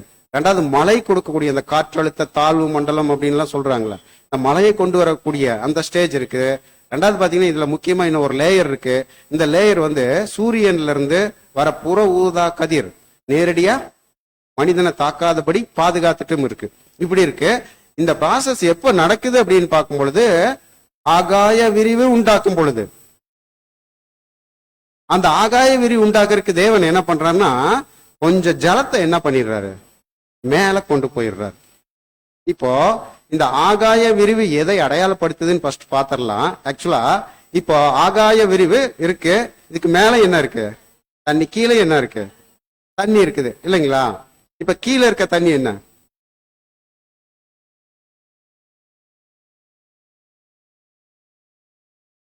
சொல்லுங்க, தைரியமா சொல்லுங்க. அதான் நான் புரியுற மாதிரி தான் கொண்டு உங்கள்கிட்ட கேட்கிற கேள்விய. கீழே இருக்க ஜலம், ஜலம் எதை அடையாளப்படுத்துது, கடல் எதை அடையாளம், ஜனங்கள். இப்ப இந்த ஜனங்கள்ல இருந்து கொஞ்சம் ஜனத்தை என்ன பண்றாரு, இந்த கொஞ்சம் ஜனங்கள் யாரு, லட்சத்தி மகிமை அடைந்த 1,44,000 பேர். புரியுதுங்களா இந்த இது? அப்போ இந்த ஜனங்க, இந்த 1,44,000 பேரை கொஞ்சம் பிரிச்சு ஒரு ஆகாய விரிவு உண்டு பண்றதுனால கீழே இருக்க ஜனத்துக்கு என்ன ஒரு பெனிஃபிட் அப்படின்னு பாத்தீங்கன்னா, இந்த மத்தியஸ்தம் பண்ற ஒரு வேலை. அதாவது தேவனுடைய நீதி, அந்த அந்த என்ன சொல்லுவாங்க, அந்த புற ஊதா கதிர்னு சொல்லுவாங்களே, அல்ட்ரா வயலட், அது என்னன்னா தேவனுடைய நீதி. அந்த தேவனுடைய நீதி நேரடியா ஜனங்கள் மேல படிச்சுன்னா என்ன ஆகும்? அப்ப என்ன பண்ணிருக்காருன்னா, ஒரு மத்தியஸ்த ஒரு லேயரை உருவாக்கிட்டு இங்க ஒரு கிறிஸ்துவும் 1,44,000 பேரும் சேர்ந்து இந்த எல்லாத்தையும் காத்துக்கொள்ற ஒரு வேலையும் இந்த ப்ராசஸ் இந்த இடத்துல நடக்குது. பாருங்க, நம்ம இந்த ஜனங்கள் அப்படின்னும் பொழுது என்னன்னு பாக்கணும்னா, ஏசி 57:20 துன்மார்க்கரோ கொந்தளிக்கும் கடலை போல இருக்கிற. அப்போ இந்த உலகத்துல ஒட்டுமொத்தமா கொந்தளிக்கிற ஜனங்கள் அப்படின்னா ஒரு சீர்கேடான ஒரு நிலையில ஜனங்கள் இருக்காங்க. கீழே இருக்கவங்க இந்த ஜனத்துல இருந்து ஒரு பகுதி என்ன பண்ணிடுறாரு, கொஞ்சம் தண்ணிய மேல கொண்டு போயிடுறாரு. அதாவது 1,44,000 பேர் அப்படின்றவங்களுக்கு ஒரு ஆசீர்வாதம் நம்ம படிக்கும்ல, வானத்து நட்சத்திரங்கள் அப்படின்றத மேல கொண்டு போயிடுறாரு. இப்ப இது ரெண்டுக்கும் ஒரு கேப். இந்த கேப்ல பல ஒரு 3 நன்மைகள் இருக்கு. இந்த நன்மை நம்ம இந்த கடைசியில் அந்த சார்ட்ல நம்ம விவரமா பார்த்துக்கலாம். இப்ப கொஞ்சம் ஸ்பீடா போயிடலாம். இதான் இந்த மத்தியஸ்தர் நிலைமை தான் மோசே கூட இஸ்ரேல் ஜனங்கள்ட்ட சொல்றாரு. வாசிக்கலாம். அப்போஸ்தலர் 3ஆம் அதிகாரம் 22-23 வசனங்கள். மோசே பிதாக்களை நோக்கி, உங்கள் தேவனாகிய கர்த்தர் என்னை போல ஒரு தீர்க்கதரிசியை உங்களுக்காக உங்கள் சகோதரரிலிருந்து எழும்ப பண்ணுவார். பாருங்க, அப்ப அந்த மத்தியஸ்த வேலையை குறிச்சு, மத்தியஸ்தம் பண்ண போறவரை பத்தி மோசே என்ன சொல்றாருன்னா, தலையாகிய கிறிஸ்துவ பத்தி தான் இந்த இடத்துல சொல்றாரு. அந்த மத்தியஸ்த வேலைகள் தான் இந்த ஆகாய விரிவு உண்டு பண்றாருல, அப்போ அதற்கு ஒரு அடையாளமா இருக்குது. அந்த தண்ணியை பிரிச்சு கொண்டு போறது எதற்காக இருக்கு அப்படின்னு பாத்தீங்கன்னா, பூமியில இருக்கிற அந்த மனு குலத்துல 1,44,000 பேர் அப்படின்றத கிறிஸ்துவின் சரீர அவயங்களை தேர்ந்தெடுக்கிற ஒரு ப்ராசஸ் அது நடந்துட்டு இருக்கு. புரியுதுங்களா? இதெல்லாம் புரியுதா? புரியலன்னா சொல்லிருங்க. ஆக்சுவலா இதை நம்ம புரிஞ்சுக்கலன்னா நம்ம முதல்ல சொன்ன மாதிரி கொஞ்சம் கன்ஃபியூஸ் ஆயிரும். இப்படி பார்த்து நம்ம கொஞ்சம் ஸ்பீடா தான் கடந்து போவோம், ஏன்னா அந்த டைம் ரொம்ப ஆயிரும். பின்னாடி கொஞ்சம் அதை பார்த்துக்கலாம். இந்த ஒரு ப்ராசஸ் இந்த 2ஆம் நாள்ல நடக்குது. ஆகாய விரிவு கீழே இருக்க ஜலத்தை, கொஞ்சம் ஜலத்தை மேல கொண்டு போயிடுறாரு. இதுக்கு இடையில ஒரு கேப், இந்த காற்று மண்டலம் 4 லேயர்கள் இருக்கு. இதெல்லாம் தேவன் பண்ணிடுறாரு. அடுத்து முடிச்சதுக்கு அப்புறம் இந்த 3ஆம் நாள், இதெல்லாம் நான் சொன்ன மாதிரி தான், நம்ம சொன்ன மாதிரி அதாவது இந்த முதல் 3 நாளும் பின்னாடி வர ஜீவராசிகள் வாழ்றதுக்குண்டான ஆயத்த வேலைகள், பண்படுத்தல் வேலைகள் நடந்துட்டு இருக்கு. இந்த 3ஆம் நாள்ல ஒரு காரியம் இந்த பூமியில நடக்குது. என்ன அப்படின்னு பார்க்கும் பொழுது வாசிக்கலாம். ஆதியாகமம் 1ஆம் அதிகாரம் 9-10 வசனங்கள். ஆதியாகமம் 1ஆம் அதிகாரம் 9ஆம் வசனம் முதல். பின்பு தேவன் வானத்தின் கீழே இருக்கிற ஜலம் ஓரிடத்திலே சேரவும் வெட்டாந்தரை காணப்படவும் கடவுது என்றார். இப்ப கீழே ஜலம் இருக்கு, இங்க இருந்து கொஞ்சம் ஜலத்தை மேல கொண்டு போயிட்டாரு. இப்ப இந்த இடத்துல என்ன, பூமியில என்ன ஆகணுமாமா, வெட்டாந்தரை உண்டாகணும். இப்ப ஃபுல்லா தண்ணினால் கவர் பண்ணிருக்கு, அந்த வெட்டாந்தரை உண்டாகணும். இந்த வெட்டாந்தரை உண்டாகிறதுக்கு என்ன பண்றாரு, ஒரு ஜலத்தை ஒரு இடத்துல சேர்க்கிறாரு. அப்படின்னா நம்ம இந்த ப்ராசஸ் இருக்குல்ல, இது பயங்கரமான ஒரு ப்ராசஸ். இதை இந்த பாடத்துல நம்ம முழுமையா பார்க்க முடியாது, நான் சுருக்கமா சொல்லிடுறேன். இப்போதைக்கு அவ்வளவுதான் சொல்ல முடியும். என்ன அப்படின்னு பாத்தீங்கன்னா, நம்ம வெட்டாந்தரைன்றது ஏதோ தண்ணி எல்லாம் ஒரு பக்கம் போயிடுச்சு, தர தெரிஞ்சிருச்சுன்னு நினைக்கிறோம். அப்படி இல்ல, இந்த பூமிக்கு அடியில அதிக வெப்பம் அதிகமாயி இந்த சூட்டுக்கு என்ன ஆயிடுச்சு, எல்லாமே கீழே இருக்கிறது. இப்போ உதாரணத்துக்கு நம்ம ஒன்னு ஈஸியா புரிஞ்சுக்கிற மாதிரி சொல்லலாம். ஒரு டம்ளர் அரிசி எடுத்து ஒரு 1 லிட்டர் தண்ணிக்குள்ள போட்டா அந்த அரிசி எப்படி இருக்கும், அரிசி அடியில இருக்கும், தண்ணி மேல இருக்கும். அதே தண்ணியை கொதிக்க வச்சா கொஞ்ச நேரத்துல என்ன ஆகும், அப்படியே கொதிச்சு இந்த அரிசி எல்லாம் மேல வருந்துறீங்களா, வெந்து தண்ணி என்ன ஆகும், அப்படியே கீழே போயிட்டே இருக்கு. இப்ப இந்த ப்ராசஸ் தான் பூமியில நடக்குது. அங்கங்க தண்ணி ஹீட்டுக்கு ஒவ்வொரு பக்கம் மேல வருது, ஒரு பக்கம் கீழே போகுது. அப்ப மேடான தண்ணிக்குள்ளேயே இருக்கிற மேடான பகுதி உள்ள போயிடும், தாழ்வான பகுதிகள் மேல வரும். அப்ப மேல வர வர வர இந்த மலைகள் எல்லாம் உருவாயிருக்குல்ல, அதெல்லாம் இப்படிதான் வந்திருக்கு. அப்படி வரும்பொழுது என்ன ஆயிருக்குன்னா, அந்த ஹீட்ல இப்பவே பாருங்களேன், இந்த பூமிக்கடியில இருக்க ஹீட் அதிகமாக சில இடத்துல நம்ம அந்த இது பார்க்கணும்ல, எரிமலைகள்லாம் பார்க்கணும்ல, எப்படி பொங்கி ஒரு மலையே உருவாயிருக்கு. இப்ப கூட அது நமக்கு தேவன் சாட்சியா வச்சிருக்காரு. ஒரு தரையா இருந்த இடம் ஒரு மலையா உருவாகிற அளவுக்கு வந்திருக்கு. அப்ப அந்த மாதிரிதான் இந்த பூமி அதிக வெப்பத்தின் நிமித்தமாக கொதிச்சு மேல வர வர வர அந்த இடத்துல இருந்த தண்ணி எல்லாம் என்ன ஆயிருக்கும், இன்னொரு பக்கம் இது மேல, அதாவது மேல வர வர அடியில இருக்க அந்த மண்ணு மேடு வர வர வர கொதிச்சு பாறை குழம்புகள்லாம் மேல வர வர அந்த இடத்துல தண்ணி என்ன ஆயிருக்கும், தாழ்வான இடத்துக்கு ஓடி இருக்கு. இப்ப ப்ராசஸ் இப்படிதான் நடக்குது. நம்ம ஏதோ தேவன் அப்படி பூமி இப்படி சாச்சாரு, ஒரு பக்கம் போயிருச்சு, இந்த பக்கம் அப்படி எடுத்துக்க வேண்டியது இல்ல, அதோடைய ப்ராசஸே வேற மாதிரி இருந்திருக்கு. இப்ப இதே மாதிரிதான் வெட்டாந்தரை உருவாயிருக்கு. இங்க கொதிச்சு கொஞ்சம் தண்ணியே என்ன இருக்கும், இன்னொரு பக்கம் அப்படியே மாறி போய் ஒரு மேடான பகுதியை மூடி இருக்கும், இன்னொரு பகுதிக்கு வழி விட்டு இருக்கும். இந்த மாதிரிலாம் நிகழ்ந்திருக்கு. இதையே நம்ம 1000 வருட அரசாட்சிக்குள்ள கொண்டு வந்தோம்னா என்ன அப்படி, இந்த வெட்டாந்தரை அப்படின்றது எதை அடையாளப்படுத்து அப்படின்னு பாத்தீங்கன்னா, இந்த வெட்டாந்தரை உருவாகிறதுக்கு பூமியில இப்படி ஒரு சம்பவங்கள்லாம் நடக்கும். அதாவது மக்கள் புரட்சி, அரசாங்கங்கள்ல என்ன ஆகணும், இப்ப இருக்கிற அரசாங்கம்லாம், இந்த அரசாங்கத்தெல்லாம் யார் க்ளோஸ் பண்ண போறா, மக்களே எழும்பி, அதாவது மக்கள் புரட்சி ஏற்பட்டு.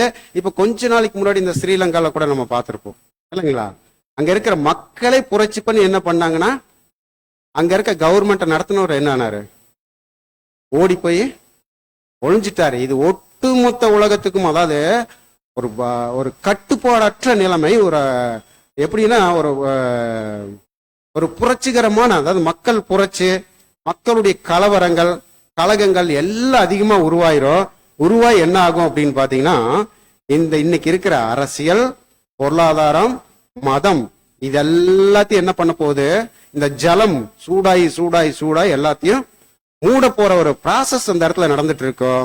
அது நடக்கிறதுக்கு சகோதரர் என்ன சொல்லியிருக்காருன்னா, நம்மளுடைய சகோதரர் எழுத்துக்கள்ல இந்த மாதிரி ஒரு இதுக்கு அனார்கின்ற ஒரு வார்த்தை யூஸ் பண்ணியிருக்காரு. அப்படின்னா அராஜகமான நிலைமை, ஒழுங்கற்ற நிலைமை. இந்த பூமியில அரசாங்கங்களே இருக்காது, மக்கள் அவங்க அதிகாரத்தை கையில் எடுத்துருவாங்க. அப்படி எடுத்தா எப்படி இருக்கும், யாரும் யாரையுமே கண்ட்ரோல் பண்ண முடியாது, எந்த ராஜ்யமும் யாரையுமே கண்ட்ரோல் பண்ண முடியாது. அப்போ ஒட்டுமொத்த ராஜ்யங்களும் என்ன ஆகும் அப்படின்னு பாத்தீங்கன்னா, இந்த உலகத்துல அழியக்கூடிய நிலைமை. அழிஞ்சாதான், இந்த ராஜ்யங்கள் அழிஞ்சாதான் அங்க என்ன ஓபன் ஆகும், வெட்டாந்தரை.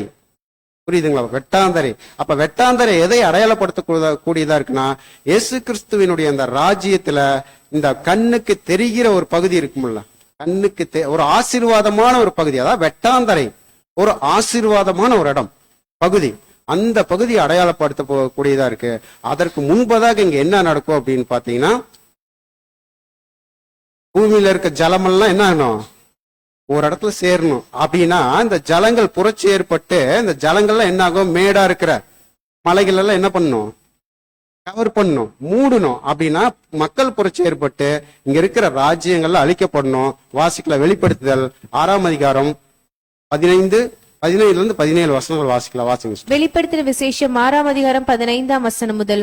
பூமியின் ராஜாக்களும் பெரியோர்களும் ஐஸ்வர்யவான்களும் சேனை தலைவர்களும் பலவான்களும் அடிமைகள் யாவரும் சுயாதீனர் யாவரும் பர்வதங்களின் குகைகளிலும் கண்மலைகளிலும் ஒளித்துக் கொண்டு. அப்படின்னா இப்ப இப்பவே சில சாம்பிள் ஓடி போய் ஒளிஞ்சுக்கிறாங்களா, அதை கண்ட்ரோல் பண்ண முடியாம. அப்ப இது எந்த ஒரு பகுதியை அடையாளப்படுத்துதுன்னா, இந்த வெட்டாந்தரை உருவாகிறதுக்கு முன்னாடி இந்த பூமியில ஒரு காரியம் நடக்கணும். இந்த மகா உபத்திரவம் அப்படின்னு நம்ம படிச்சுட்டு இருக்கோம். இந்த மகா உபத்திரவத்துல என்னென்னலாம் நடக்கும்,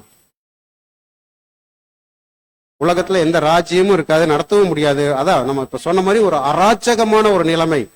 அவங்க சட்டத்தை கையில எடுத்துருவாங்க. அவங்கவுங்க கண்ட்ரோல், யாரையும் கண்ட்ரோல் பண்ண முடியாத ஒரு சூழ்நிலை எப்படி இருந்துச்சுன்னா எப்படி இருக்கும், அவங்கவுங்க நினைச்சத செஞ்சுட்டு போயிட்டே இருப்பாங்க. அப்படி அப்போ பாத்தீங்கன்னா ஒரு ஒழுங்கற்ற நிலை உச்ச கட்டத்தை அடையும். நம்ம அந்த பூமி ஒழுங்கின்மையும் வெறுமையுமா இருந்ததுன்னு படிச்சோம்ல, அதோடைய உச்சம் தான் என்ன அப்படின்னு பாத்தீங்கன்னா, இந்த வெட்டாந்தரை உருவாகிறதுக்கு முன்னாடி இந்த பூமியில, அதாவது இயேசு கிறிஸ்துவின் வெளிப்படையான அந்த ராஜ்யம் ஸ்தாபிக்கப்படுறதுக்கு முன்னாடி இந்த பூமியில என்ன நடக்கணும் அப்படின்னு பாத்தீங்கன்னா, மகா உபத்திரவம், மக்கள் புரட்சி ஏற்படணும், இந்த ராஜ்யங்கள் அழியணும், எல்லாமே கம்ப்ளீட்டா நடக்கணும். இன்னொரு வசனம் கூட வாசிடலாம். வெளிப்படுத்தல் 16 மற்றும் 17 வசனங்கள் 6ஆம் அதிகாரம் 16ஆம் வசனம்.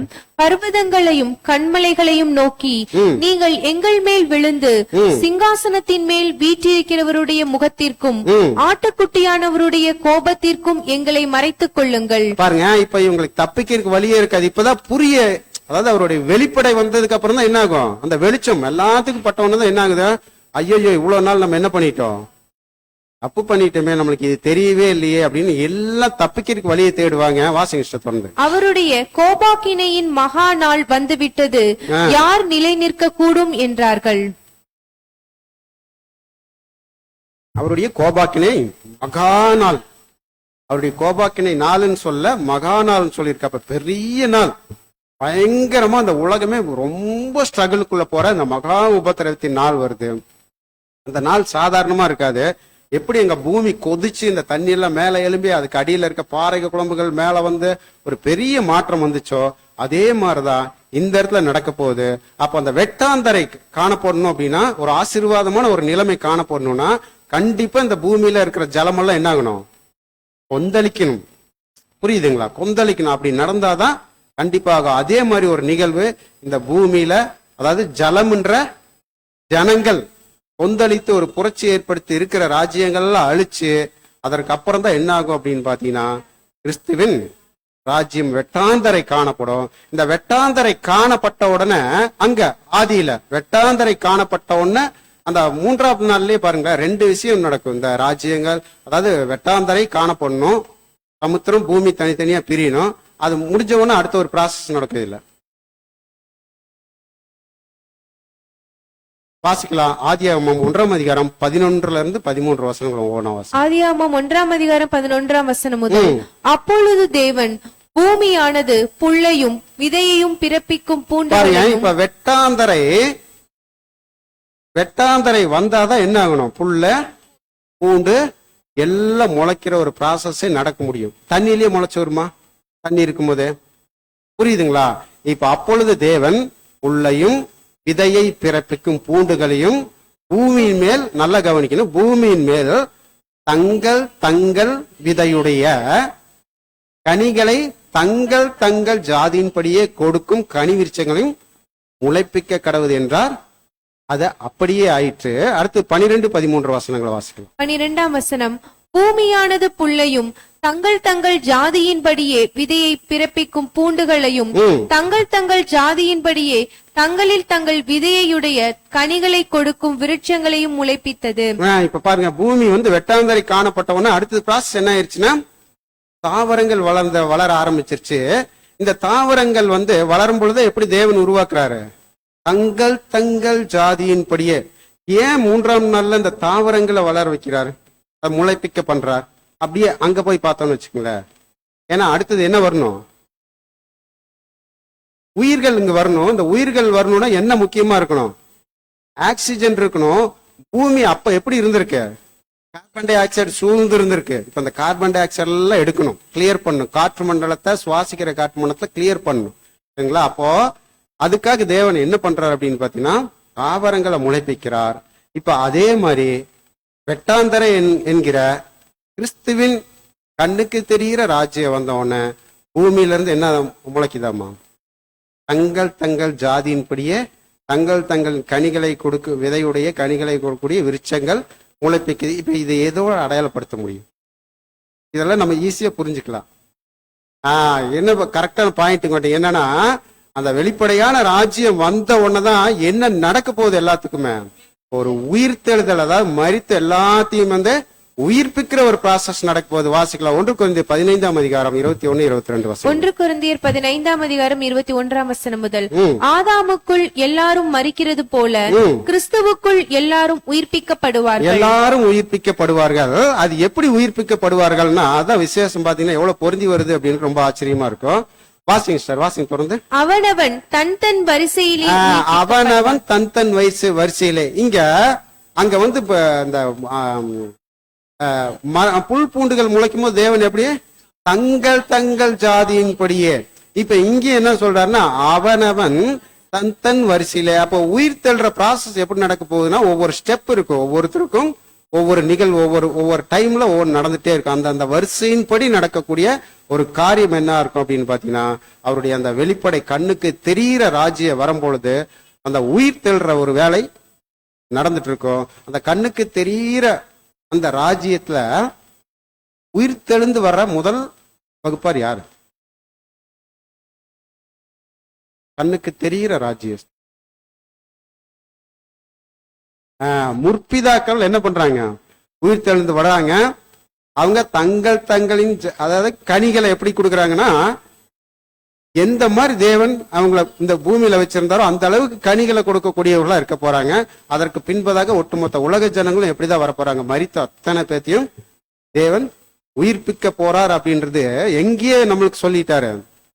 அதிகாரத்திலேயே சொல்லி காட்டிட்டார் ஒரு இடத்த. சரிங்களா? இப்ப இந்த உயிர்த்தெழுதல் நடந்தது முடிஞ்சதுக்கு அப்புறம், அதாவது தாவரங்கள் முளைத்ததுக்கு அப்புறம் அடுத்தது பூமியில ஆதியாகமத்துல ஒரு காரியம் ஸ்டார்ட் ஆகுது. 4ஆம் நாள் படைப்பு. இந்த 4ஆம் நாள் படைப்புல என்ன நம்மளுக்கு நல்லாவே தெரியும். வாசிக்கலாம். ஆதியாகமம் 1ஆம் அதிகாரம் 14 இருந்து 18 வசனங்கள் வரிசையா வரும். வாசிக்கலாம் தொடர்ந்து. ஆதியாகமம் 1ஆம் அதிகாரம் 14ஆம் வசனம் முதல். பின்பு தேவன் பகலுக்கும் இரவுக்கும் வித்தியாசம் உண்டாகத்தக்கதாக வானம் என்கிற ஆகாய விரிவிலே சுடர்கள் உண்டாக கடவது. இப்போ பகலுக்கும் இரவுக்கும் வித்தியாசம் தெரியணும். அதற்கு வானம் என்கிற ஆகாய விரிவில் என்ன பண்றாரு? சுடர்களை, ஒன்றுக்கும் மேற்பட்டது சுடர்களை உருவாக்குறார்.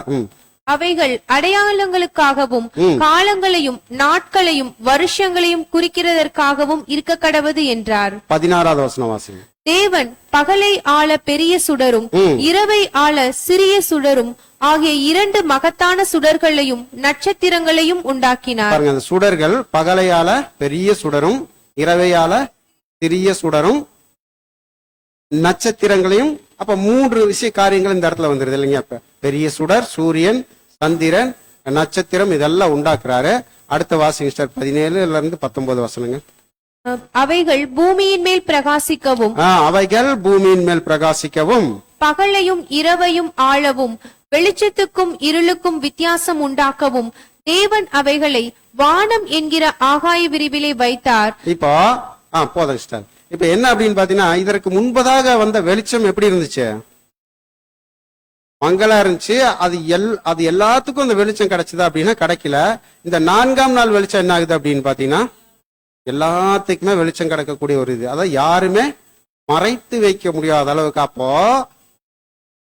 இந்த சூரியன்ற ப்ராசஸ் இந்த பூமி இந்த ஆகாய மண்டலத்துல வச்ச உடனே என்ன நடக்குது அப்படின்னு பாத்தீங்கன்னா, ஒரு வெளிச்சம் எல்லாத்துக்கும் கிடைக்குதாமா. எல்லாத்துக்கும் கிடைக்கிறதுக்கு முன்னாடி என்ன நடந்துருச்சு அப்படின்னு பாத்தீங்கன்னா, புல் பூண்டுகள்ல வளர ஆரம்பிச்சிருச்சு. அதுல அந்த உயிர்த்தெழுதல்ல முற்பிதாக்கள் என்ன பண்ணிட்டாங்க? உயிர்த்தெழுந்து வந்துட்டாங்க. இப்ப இந்த முற்பிதாக்களின் நிமித்தமாக என்ன ஆகுது அப்படின்னு பாத்தீங்கன்னா, இந்த சூரியனுடைய வெளிச்சம் யாருக்கும் தடுக்கப்படாம எல்லாத்துக்கும் கிடைச்சிட்டு இருக்கு. இல்லைங்களா? அப்ப இந்த வெளிச்சம் எதை அடையாளப்படுத்துது? அது முதல்ல பார்த்த வெளிச்சம் இயேசு கிறிஸ்துவின் இரண்டாம் பிரசனம், பரோசியா ஸ்டேஜ். இதுக்கப்புறம் இந்த வெட்டாந்தரை உருவாகும் போதே நம்ம எல்லாத்துக்கும் வெளிப்படையா வந்துருச்சுட்டோம். இப்ப இந்த ஒரு இந்த ஒரு வெளிச்சம் எடுத்துக்கலாம். இந்த வெளிச்சம் ஒட்டுமொத்த மக்களுக்கும் போய் சேருது. 1000 இயர்ஸ்ல எல்லா மக்களுக்கும் ராஜ்யத்தின் சுவிசேஷம் எல்லாத்துக்கும் என்ன அறிவிக்கப்படுது? இந்த வெளிச்சம் ராஜ்யத்தின் சுவிசேஷம் என்கிற இந்த சூரியன்ல இருந்து வரக்கூடிய இந்த ராஜ்யத்தின் சுவிசேஷம் என்கிற சத்தியம் ஒட்டுமொத்த உலக ஜனங்களுக்கு அறிவிக்கப்படுது. அடுத்து பாத்தீங்கன்னா, அதாவது பகலையால பெரிய சுடர், இரவையால சிறிய சுடர், நட்சத்திரம். இப்ப நம்ம சூரியன், சந்திரன், நட்சத்திரத்தை பொதுவா எதோட ஒப்பிட்டு பார்ப்போம்? நிழல் பொருளை பார்த்தா சூரியன் புதிய ஏற்பாடுன்னு வச்சுக்கலாம், சந்திரன் பழைய ஏற்பாடு, நட்சத்திரங்கள் அப்போஸ்தலர்கள் அப்படின்லாம் சில இதுக்கு நம்ம ஒப்பிடுவோம். ஆனா இந்த பாடத்துல எப்படின்னா, சூரியன் ஒட்டுமொத்த அது எல்லாத்துக்கும் பிரகாசத்தை கொடுக்கறதுனால சுவிசேஷத்தின் ராஜ்யத்தின் சுவிசேஷத்தின் ஒளி எல்லாத்துக்கும் கொடுக்கப்படுது. அடுத்தது பாத்தீங்கன்னா சந்திரன் அப்படின்னும் பொழுது, இந்த சந்திரன்றது என்ன அப்படின்னு பாத்தீங்கன்னா, ஒட்டுமொத்த உலக ஜனங்களும் இந்த வெளிப்படையான ராஜ்யத்துல புதிய உடன்படிக்கையின் சட்ட திட்டங்களுக்கு என்ன பண்ணி ஆகணும்? கீழ்ப்படிந்து இருக்கணும். அந்த புதிய உடன்படிக்கையின் சட்ட திட்டங்களை ஏற்றுக்கொண்டவர்களா இருப்பாங்க. அதாவது சூரியன்ல இருந்து சந்திரனுக்கு ஒரு வெளிச்சம் கிடைக்குது. அப்போ அந்த ராஜ்யத்தின் சுவிசேஷம், கிறிஸ்துன்ற சூரியன்ல இருந்து ராஜ்யத்தின் சுவிசேஷம் அவர் புதிய உடன்படிக்கை ஒன்று ஏற்படுத்துறாங்க. அந்த உடன்படிக்கையின் சட்ட திட்டங்கள் எல்லாத்துக்கும் போய் சேரும். இதை சேர்க்கக்கூடிய வேலைகள் தான் யார் பண்ண போறா அப்படின்னு பாத்தீங்கன்னா, நட்சத்திரங்கள் ஒரு வசனம் நம்ம வாச்சோம்ல, நட்சத்திரங்கள், அநேக நட்சத்திரங்கள் அப்படின்னு பார்க்கும் பொழுது சபை கரெக்ட் தான். ஆனாலும் இந்த ஒட்டுமொத்த உலக ஜனங்களுக்கும் இந்த சுவிசேஷங்கிற ஒளியையும் புதிய உடன்படிக்கைன்ற அந்த சந்திரன் ஒளியும் கொண்டு போய் சேர்க்கிறது யாருன்னு பார்க்கும் பொழுது வாசிக்கலாம். தானியேல் 12ஆம் அதிகாரம் 3வது வசனம். தானியேல் 12ஆம் அதிகாரம் 3ஆம் வசனம். ஞானவான்கள் ஆகாய மண்டலத்தின் ஒளியை போலவும், பாருங்க, ஞானவான்கள் ஆகாய மண்டலத்தின் ஒளியை போலவும், அநேகரை நீதிக்குட்படுத்துகிறவர்கள் நட்சத்திரங்களைப் போலவும். இப்ப வெளிப்படையான ராஜ்யத்துல அநேகரை நீதிக்கு உட்படுத்த போறது யாரு? முற்பிதாக்கள், இல்லைங்களா? இப்ப முற்பிதாக்கள் எப்படி இருக்காங்களாமா? நட்சத்திரங்களை போல ஜொலித்து எல்லாத்தையும் எங்க கொண்டு போறாங்க அப்படின்னு பாத்தீங்கன்னா, தேவனுடைய நீதிக்கு முன்பதாக வழி நடத்தக்கூடிய ஒரு பொறுப்பு 1000 வருட அரசாட்சியின் வெளிப்படையில யார் கையில முக்கியமா இருக்க போகுது அப்படின்னு பாத்தீங்கன்னா, நம்ம சபையார் போய் அவங்கள சொல்லிட்டு இருக்க முடியாது. சபை வகுப்பார், முற்பிதாக்கள் அந்த பூமியில இருந்து அவங்க என்னதான் செய்ய போறாங்க? அந்த வேலையை தான் செய்ய போறாங்க. அதுதான் இந்த இடத்துல பாத்தீங்கன்னா, இந்த சூரியன், சந்திரன், நட்சத்திரங்கள் இதன் மூலியமா கிடைக்கக்கூடிய வெளிச்சங்கள், மற்ற காரியங்கள் அந்த இடத்துல அடையாளப்படுத்தக்கூடியதா இருக்கு. அடுத்ததா பாத்தீங்கன்னா, நம்ம 5ஆம் நாள் படைப்புக்குள்ள போயிடலாம். இப்ப இந்த 5ஆம் நாள்ல தான் இன்னொரு முக்கியமான ஒரு காரியம் நடக்குது. என்ன அப்படின்னு பார்க்கும் பொழுது, ஜீவராசிகள் எல்லாம் உருவாகுது, இல்லைங்களா? வாசிக்கலாம். ஆதியாகமம் 1ஆம் அதிகாரம் 20வது வசனம். ஆதியாகமம் 1ஆம் அதிகாரம் 20ஆம் வசனம். பின்பு தேவன் நீந்தும் ஜீவ ஜந்துக்களையும் பூமியின் மேல் வானம் என்கிற ஆகாய விரிவிலே பறக்கும் பறவைகளையும் ஜலமானது திரளாய் ஜனிப்பிக்க கடவது என்றார். ஓகே, இன்னொரு வசனம் வாசிக்கலாம். 21வது வசனம் அதையும் வாசிச்சிருக்கோம். தேவன் மகா மச்சங்களையும் ஜலத்தில் தங்கள் தங்கள் ஜாதியின்படியே திரளாய் ஜனிப்பிக்கப்பட்ட சகலவித நீர் வாழும் ஜந்துக்களையும் சிறகுள்ள ஜாதி ஜாதியான சகலவித பட்சிகளையும் சிருஷ்டித்தார். இப்ப இந்த 5ஆம் நாள்ல என்ன படைக்கப்படுது அப்படின்னு பாத்தீங்கன்னா, நீர் வாழும் ஜந்துக்கள், ஆகாயத்துல பறக்கும் பறவைகள், இந்த 2 காரியத்தை உருவாக்குற. அப்ப நீர் வாழும் ஜந்துக்கள்னா அது தண்ணிக்குள்ள என்ன பண்ணும்? நீந்தி போயிட்டே இருக்கும். பறவைகள் மேல பறந்துட்டே இருக்கும். அப்ப இதை ஏதோ நம்ம ஒப்பிட்டு பார்க்கும் பொழுது, ஃபர்ஸ்ட் இந்த நீர்வாழும் ஜந்துக்களுடைய விஷயம் என்ன அப்படின்னு பாத்தீங்கன்னா, இந்த தண்ணிக்கடையில நீந்திட்டு இருக்கும். எப்படி நீந்துனா, அங்க சுனாமி அடிச்சாலும் சரி, எவ்வளவு கொந்தளிப்பு வந்தாலும் சரி, அதுல எல்லாம் இருந்து என்ன பண்ணுவது? அதுல எல்லாம் போய் அகப்பட்டு கொள்ளாம அது நீந்தி போயிட்டே இருக்கும். அப்போ 1000 வருட அரசாட்சிக்குள்ள இதை கொண்டு வந்து கம்பேர் பண்ணி பார்த்தா, இந்த 1000 வருட அரசாட்சியின் வெளிப்படையான காரியங்கள்ல இந்த மனித குலத்துக்கு, ஒட்டுமொத்த மனித குலத்துக்கும் கடந்த 6000 வருஷத்துல அவங்க வாழ்ந்த வாழ்க்கை நன்மை எது தீமை எதுன்னு எல்லாத்தையும் புரிஞ்சிருப்பாங்களா? புரிஞ்சிருக்குமா இல்லையா? நன்மை எது தீமை எதுன்னு. அப்ப தீமையை செய்வோமா? யாராவது செய்வாங்களா? அந்த தீமை செய்யறவங்க ஒரு வகுப்பார் இருப்பாங்க. அவங்க என்ன, அது நம்மளுக்கு நல்லாவே தெரியும். அவங்க மரணம் அழிக்கப்படும் பொழுது என்ன ஆயிரும்? ஒட்டுமொத்தமா இந்த தீமையும் அழிஞ்சு போயிடும். அதனால தீமை செய்யக்கூடியது யாரும் இருக்க மாட்டாங்க. அப்படி ஆனா தீமை இருக்குமா இல்லையா அப்படின்னு பாத்தீங்கன்னா, 1000 வருட அரசாட்சியில தீமை இருக்குமா இருக்காதா? இப்போ இப்போ இப்போ 1000 வருட அரசாட்சிக்குள்ள இருக்குமா இல்லையா? இப்ப தீமை இருக்கா இல்லையா? இப்ப நம்ம தீமை அதிகமா செய்யறோமா? ஆனா தீமை இருக்குது. அந்த தீமைக்கு விலகி விலகி வரும்ல, புரியுதுங்களா? தீமைக்கு பார்த்தா நம்ம என்ன பண்ணிடுறோம்? அப்போ அதே மாதிரிதான் நீர்வாழும் ஜந்துக்கள் எப்படி அங்க எவ்வளவு பெரிய அலைகள் கொந்தளிப்பு வந்தாலும் அதுல அகப்படாம தப்பிச்சு போகுதோ, அந்த மாதிரி ஒட்டுமொத்த ஜனங்களும் என்ன பண்ணுவாங்கன்னா தீமையின் விளைவை அனுபவிச்சனால அந்த தீமையை விட்டு விலகி என்ன பண்ணுவாங்க, வரணும், எல்லாம் வந்தே ஆகணும். யாருமே அங்க வந்து தீமை செய்யறதுக்கு வழியே கிடையாது. தீமை இருந்தாலும் அந்த தீமைக்குள்ள அகப்படாதபடிக்கு ஒட்டுமொத்த ஜனங்களும் அதுல இருந்து விலக்கப்படுறதுக்கு தான் அந்த நீந்தி போறதா நீர்வாழும் ஜந்துக்கள். அடுத்ததா பாத்தீங்கன்னா பறவைகள், ஆகாயத்து பறவைகள் எதை என்ன பண்ணுதுன்னா மேல் நோக்கி பறந்துட்டே இருக்கா. அப்ப எல்லா ஜனங்களும் என்ன பண்ணி ஆகணும், அந்த அந்த வெளிப்படையான ராஜ்யத்துல பறக்கிறதா? ஓகே, தீமை அந்த பூமியில அந்த கொந்தளிப்பு, அதாவது அது நீந்தி போயிட்டே இருக்கும். அந்த மாதிரி அந்த தீமையில இருந்து விலகி போறது, மேல் நோக்கி பறக்கிறதுன்னு என்னன்றதுன்னா எல்லாவற்றுக்கும் யாரை தான் நோக்கி பார்க்கணும், யாரை நோக்கி போகணும், எல்லாம் தேவனை சார்ந்தே இருக்கணும். அதை அடையாளப்படுத்தக்கூடியதா இருக்கு இந்த 5ஆம் நாள் படைப்பு. நான் கொஞ்சம் ஸ்பீடா தான் போறேன், புரியலன்னா கடைசியா சொல்லிருங்க, பாத்துக்கலாம். அடுத்தது நம்ம 6வது நாள் படைப்புக்குள்ள போயிடலாம். 6வது நாள் என்ன நடக்குது அப்படின்னு பாக்குமா, வாசிக்கலாம். ஆதியாகமம் 1ஆம் அதிகாரம் 24, 25. பின்பு தேவன் பூமியானது ஜாதி ஜாதியான ஜீவ ஜந்துக்கள் ஆகிய நாட்டு மிருகங்களை நல்லா கவனிச்சுக்க. இந்த பாயிண்ட்ல இருந்து ஜாதி ஜாதியான ஜீவ ஜந்துக்கள் ஆகிய ஃபர்ஸ்ட் என்ன சொல்லிட்டாரு, நாட்டு மிருகம், ஊரும் பிராணிகளையும், ஊரும் பிராணிகள், காட்டு மிருகங்களையும், காட்டு மிருகங்களையும் ஜாதி ஜாதியாக பிறப்பிக்க கடவுது என்றார். அது அப்படியே ஆயிற்று. தேவன் பூமியில் உள்ள ஜாதி ஜாதியான காட்டு மிருகங்களையும் ஜாதி ஜாதியான நாட்டு மிருகங்களையும் பூமியில் ஊரும் பிராணிகள் எல்லாவற்றையும் உண்டாக்கினார். போதும் சிஸ்டர். இப்ப எல்லாவற்றையும் உண்டாக்கிடுறாரு. உண்டாக்குறதுக்கு அப்புறம் கடைசியா ஒரு காரியத்தை பார்க்கலாம். இப்ப இதை மட்டும் பார்க்கலாம்.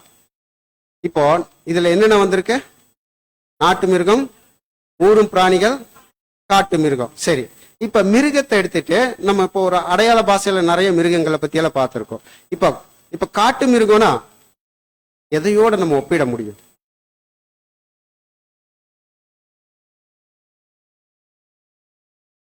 ஐந்தாம் உலக பேரரசு கொஞ்சம் அப்படியே திங்க் பண்ணி பார்த்தோமா, துஷ்ட மிருகம், துஷ்ட மிருகங்கள், காட்டு மிருகங்கள். மிருகங்கள் அப்படின்னா இந்த மிருகத்தை வச்சுதான் 5ஆம் உலக பேரரசுல ஒவ்வொன்றை கம்பேர் பண்ணி இருக்கும். பாருங்க பேசிக் சப்ஜெக்ட் தான் முழிக்கணுமா. உலக ராஜ்யங்களை பத்தி சொல்லப்பட்டிருக்கோம், புரியுதுங்களா? வாசிக்கலாம். தானியேல் 7ஆம் அதிகாரம் 17வது வசனம். தானியேல் 7ஆம் அதிகாரம் 17ஆம் வசனம். அந்த 4 பெரிய மிருகங்களும் பூமியில் இருந்து எழும்புகிற 4 ராஜாக்கள். அப்போ இந்த காட்டு மிருகங்கள் எதை அடையாளப்படுத்தக்கூடியது அப்படின்னு பாத்தீங்கன்னா இன்னைக்கு பூமியில இருக்க ஜனங்கள் எல்லாம் கட்டுப்படுத்திட்டு இருக்கக்கூடிய ராஜ்யங்களை குறிச்சு சொல்லப்பட்டிருக்கு. சரிங்களா? காட்டு மிருகங்கள். நாட்டு மிருகங்கள் அப்படின்னா நாட்டு மிருகங்கள் எதுக்கெல்லாம் யூஸ் பண்ணுவோம்? சரி, நம்ம வேதத்துல நாட்டு மிருகங்கள்னா எது? ஒரு 2 மிருகத்தை சொல்லலாம். ஆடு மாடு போதும். இந்த ஆடு மாடு எதுக்கு பயன்படுத்தி இருக்கு பைபிள்ல?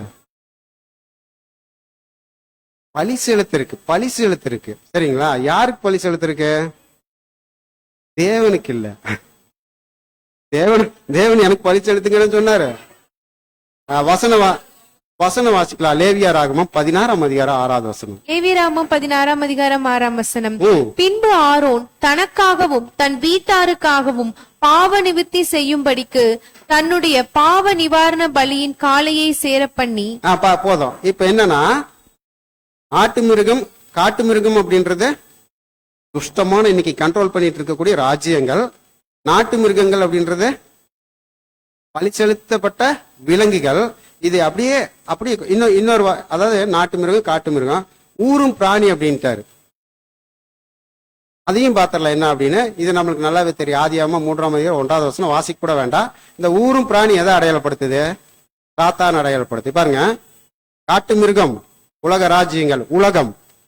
நாட்டு மிருகம் தனக்காக பலி செலுத்தக்கூடிய உலகம், மாமிசம், சாத்தான். புரியுதுங்களா? உலகம், மாமிசம், சாத்தான். அப்ப ராஜ்யத்துல அது இருக்குமா? இன்னைக்கு உலகம் இப்ப நம்ம இன்னைக்கு நம்ம எதை மேற்கொள்ள முடியாம ரொம்ப தவிக்கிறோம்?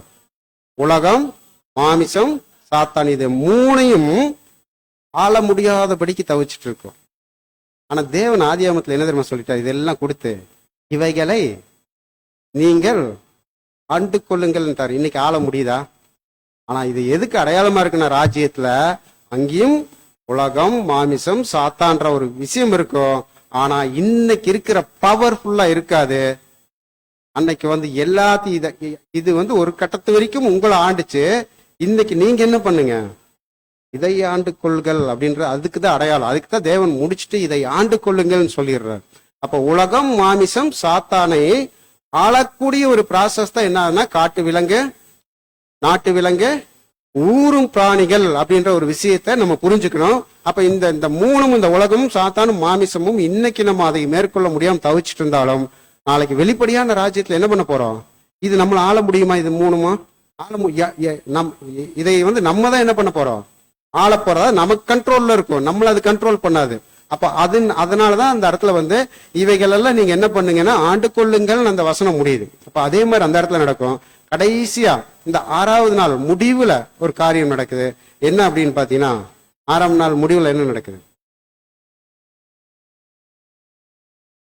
சரி, தேவனுடைய சிருஷ்டிப்புல இந்த 6 நாள்ல எது கடைசி சிருஷ்டிப்பு? மனுஷன். யாரு கடைசி சிருஷ்டிப்புனா ரொம்ப தெளிவா சொல்லணும், ஏவாள் அப்படின்னு சொல்லணும். சரிங்களா? ஆதாம், அதற்கப்புறம் ஏவாள், அதற்கப்புறம் என்ன வசனம் வருது? தேவன் தான் செய்த எல்லா கிரிகளும் செய்து ஓய்ந்திருந்தான். அப்ப நம்ம இந்த 6 நாளை தான் இந்த கம்பேர் பண்ணி பாக்குறோம்.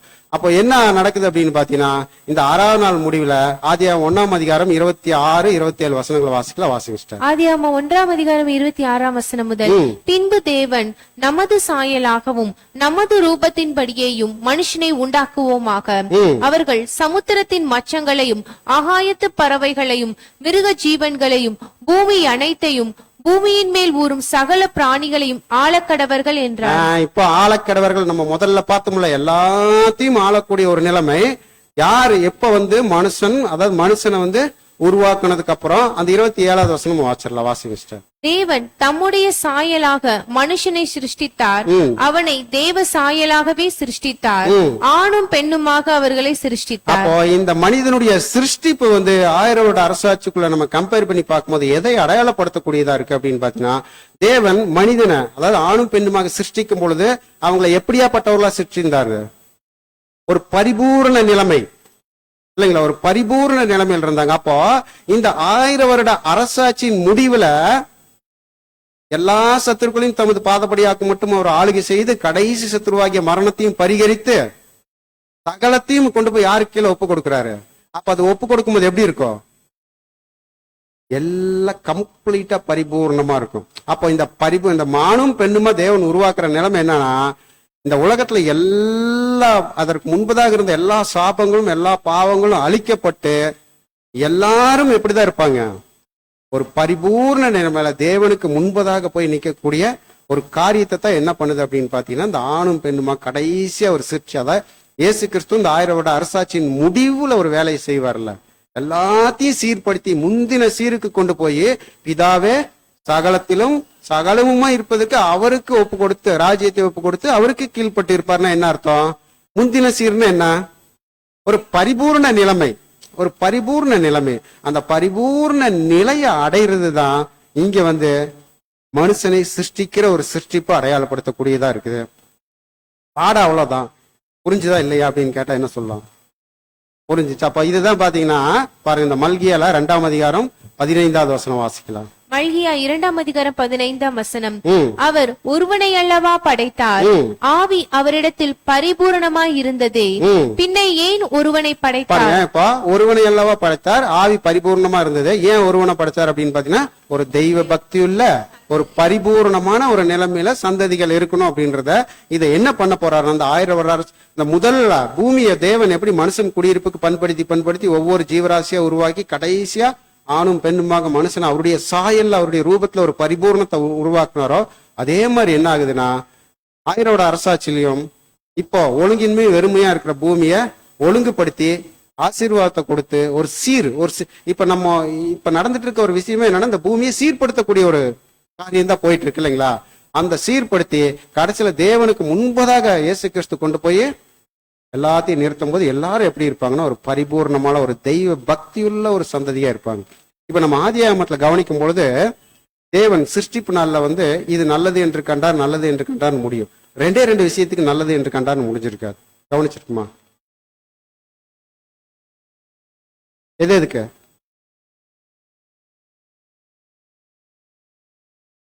ரெண்டாம் நாள்ல வானம் ஆகாய விரிவை உண்டு பண்ணும் போது இது நல்லது என்று கண்டான்னு வராது.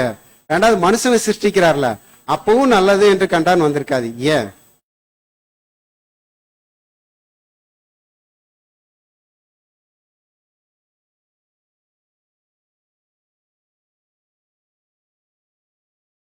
என்ன சார்?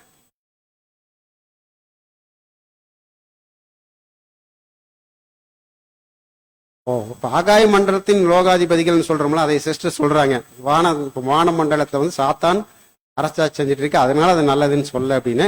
அடுத்தது மனுஷன். மனுஷனை படைச்சதுக்காக மனஸ்தாபப்படுறேன்னு சொல்றாரு. அப்படி எடுத்துக்கலாம். ஆனா உண்மையை உன்னிப்பா கவனிக்கும் போது நம்ம கண்டிப்பா சிருஷ்டிப்பை பத்தி தனியா பார்க்கும்போது இது ஃபுல் டீடைல் பார்க்கலாம். ஆனா இப்போ ஒரு லைன் மட்டும் சொல்லிடலாம்.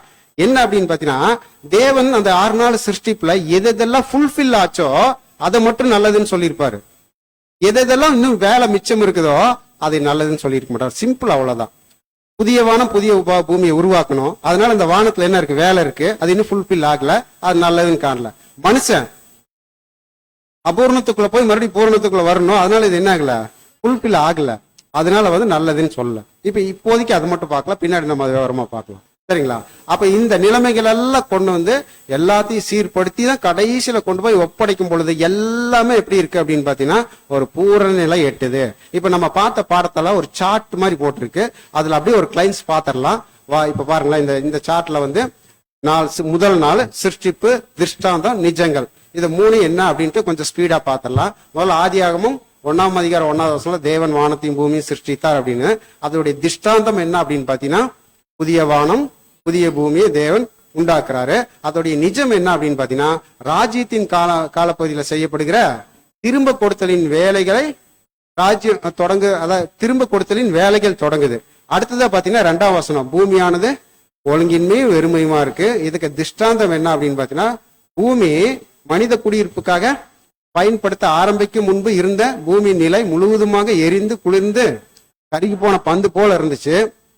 ஆனா அடுத்தது அந்த ராஜ்யத்தில் நம்ம கொண்டு வைக்கும் போது ராஜ்யம் தொடங்குவதற்கு முன்பதாக இந்த பூமியில ஒழுங்கற்ற நிலை, சரிங்களா, இந்த மகா உபத்திரவம், 4 தூண்கள் அழியுது, இதெல்லாம் அழிச்சு இந்த கட்டுப்பாடற்ற நிலை, புரட்சி, கலகங்கள், போராட்டங்கள், யுத்தங்கள், இதையெல்லாம் அடையாளப்படுத்தாத ஒழுங்கின்மை, வெறுமை, இதெல்லாம் அதுக்குள்ள வந்துருது. அடுத்ததா பாத்தீங்கன்னா ஆழத்தின் மேல் இருள் இருந்தது. ஜனங்களுக்கு என்னன்னா சக்தி அறிவு இல்லாம இருக்கிறாங்க. இதே நம்ம நிஜங்கள்ல பார்க்கும் பொழுது தேவனுடைய வார்த்தை மற்றும் எந்த விதமான ஆசீர்வாதங்களும் இன்று வரைக்கும் என்ன இருக்கு, மக்களுக்கு சரியா போய் சேராம இருக்குது. அடுத்ததா பாத்தீங்கன்னா 1ஆம் நாள்லயே தேவன் வெளிச்சம் உண்டாக கடவுது என்றார். அதை அப்படியே கொஞ்சம் வாசிங்க சிஸ்டர். ஒவ்வொன்னா திருஷ்டாந்தங்கள்ல 1ஆம் நாளில் சூரியனிடமிருந்து வந்த மங்கலான வெளிச்சம். இப்போ இயேசு கிறிஸ்துவுடைய அந்த முதல் பிரசனத்தை நம்ம பார்த்தோம்ல, அது நிஜங்கள் என்னன்னா கர்த்தராகிய இயேசு கிறிஸ்துவின் ரகசிய 2ஆம் வருகை. அடுத்தது 1:3 வெளிச்சம் உண்டாயிற்று. வாசிங்க திருஷ்டாந்தம். வெளிச்சம் உண்டாயிற்று. திருஷ்டாந்தம், சூரிய வெளிச்சம் தான் எல்லா ஜீவன்களுக்கும் மூல ஆதாரம். சூரிய ஒளிதான் எல்லா ஜீவராசிக்கும் ஜீவன் கொடுக்கக்கூடிய மூல ஆதாரம். தாவரங்கள் சூரிய ஒளியிலிருந்து பச்சையம் மூலம் உணவு தயாரிக்கிறது. சாரி, அது சில லெட்டர்ஸ் சரியா இல்ல. அடுத்தது பாத்தீங்கன்னா இதே நிஜத்துல பாவம் மற்றும் மரணநிலையில் இருக்கும் முழு மனுக்குலத்திற்கும் நித்திய ஜீவனை கொடுக்க போகும் நித்திய பிதா இயேசு கிறிஸ்து வெளிப்படக்கூடிய ஒரு காரியம் நடக்குது. அடுத்தது 1:5 வெளிச்சத்திற்கு பகல் என்று பெயரிட்டார், இருளுக்கு இரவு என்று பெயரிட்டார். திருஷ்டாந்தம், பூமி தனது அச்சிலிருந்து 223.5 டிகிரி சாய்வில் சுற்றுவதால் இரவு பகல் ஏற்படுகிறது. சூரியனை நோக்கி இருக்கும் பூமியின் ஒரு பகுதி பகல், மறுபகுதி இரவு. நிஜம், சூரியன் தேவனுடைய வார்த்தைகள், பிரமாணங்கள், அவர் காண்பிக்க கூடிய பாதை. அடுத்த ஒரு சாப்டர். பின்பு தேவன் 2ஆம் நாள், பின்பு தேவன் ஜலத்தின் மத்தியில் ஆகாய விரிவு உண்டாக கடவது என்றும். இப்ப ஆகாய விரிவு உண்டாக கடவுது என்று சொல்றாரு. அது திருஷ்டாந்தல்ல என்ன இருக்குன்னா, ஆகாய விரிவு இந்த தமிழ்ல நம்ம சொல்லும்போது அது ஆகாய விரிவுக்கு காற்று மண்டலம் அப்படின்னு சொல்லுவோம், வளிமண்டலம் அப்படின்லாம் சொல்லப்படுது. அடுத்து பூமியிலிருந்து ஒரு அடிக்கு மேலே என்ன ஆயிருது, இந்த காற்று மண்டலம் ஆரம்பிச்சிருது. இதுல 4 அடுக்கு உள்ளது அப்படின்னு நம்ம பார்த்தோம். இது ராஜ்யத்துல எதை அடையாளப்படுத்துது அப்படின்னு பாத்தீங்கன்னா, ராஜ்யத்துல தேவனுக்கும் மனிதருக்கும் இடையே இருக்கிற அந்த மத்தியஸ்தம் தான் இந்த ஆகாய மண்டலங்கள். புரியுதுங்களா? அதை வந்து இந்த 4 லேயர் இருக்குல்ல, ஒரு கேப், அதை வந்து அடையாளப்படுத்துது.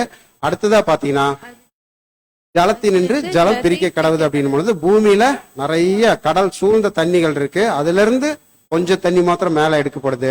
அதே மாதிரி ஜனக்கூட்டத்திலிருந்து ஒரு குறிப்பிட்ட எண்ணிக்கையுள்ள வகுப்பாரை மாத்திரம் தேவன் பிரித்து எடுத்து முதலாம் உயர்த்ததன் மூலம் பரலோக ஆசீர்வாதங்களுக்கு உயர்த்துகிறார். 144,000 பேர் அப்படின்றது. அடுத்ததா பாத்தீங்கன்னா, இந்த ஆகாய விரிவுல மனிதனுக்கு கிடைக்கக்கூடிய ஒரு 3 நன்மைகள். அதுல ஒரு நன்மை என்ன அப்படின்னு பாத்தீங்கன்னா, எல்லா ஜீவராசிகளுக்கும் காற்று மண்டலத்தில் இருந்துதான் சுவாசிக்க தேவையான எல்லா மூலப்பொருள்களும் பெற்றுக்கொள்கிறது. அதே மாதிரி ராஜ்யத்துல மனுக்குலத்திற்கு மத்தியஸ்தர் மூலமாக ராஜ்யத்தில் ஜீவன் கிடைக்கிறது. அடுத்ததான் நம்ம பார்க்கும் பொழுது 2வது நன்மை என்ன அப்படின்னு பார்க்கும் பொழுது, இந்த காற்று இந்த மண்டலத்துல புற ஊதா கதிர்கள் போன்ற தீமையை விளைவிக்கக்கூடிய கதிர்களிலிருந்து நம்மளுக்கு காப்பாற்றக்கூடிய ஒரு நிலைமை இருக்கு. அது என்ன, ராஜ்யத்துல வந்து கதிர்கள் பிதாவாகிய தேவனுடைய நீதி மனிதனுக்கு தேவனுடைய நீதிக்கு முன்னால் நேரடியாக வந்து நின்று அழிந்து விடாதபடி பாதுகாப்பு கவசமாக ஊழியம் செய்பவர்களே மத்தியஸ்தர்கள் அப்படின்னு. அடுத்தது 3வது நன்மை, காற்று மண்டலத்தில் ஏற்படும் சுழற்சியினால் கடலில் இருக்கும் தண்ணீரை கொண்டு வந்து வறண்ட நிலத்தில். அப்படின்னா கடல் துன்மார்க்கமான நிலை, வறண்ட நிலம் ஒழுங்கான நிலை. அதாவது இந்த வெளிப்படையான ராஜ்யத்தின் ஆசீர்வாதமான ஒரு பகுதி. மனுக்குலம் 2ஆம் உலகத்தின் தீமையை அனுமதி காலத்தில் அனுபவங்கள் மூலம் பெற்றுக்கொண்ட விலையேற பெற்ற பாடங்களை மத்தியஸ்தர் ராஜ்யத்தில் அவர்களுக்கு மறுபடியும் நினைப்பூட்டி ஞாபகப்படுத்துவார். அதாவது இந்த ராஜ்யத்துக்குரிய ஆசீர்வாதங்கள்லாம் அவங்களுக்கு எங்கதான் அறிவிக்கப்படுது, அந்த நிலத்துல தெரிவிக்கப்படுது.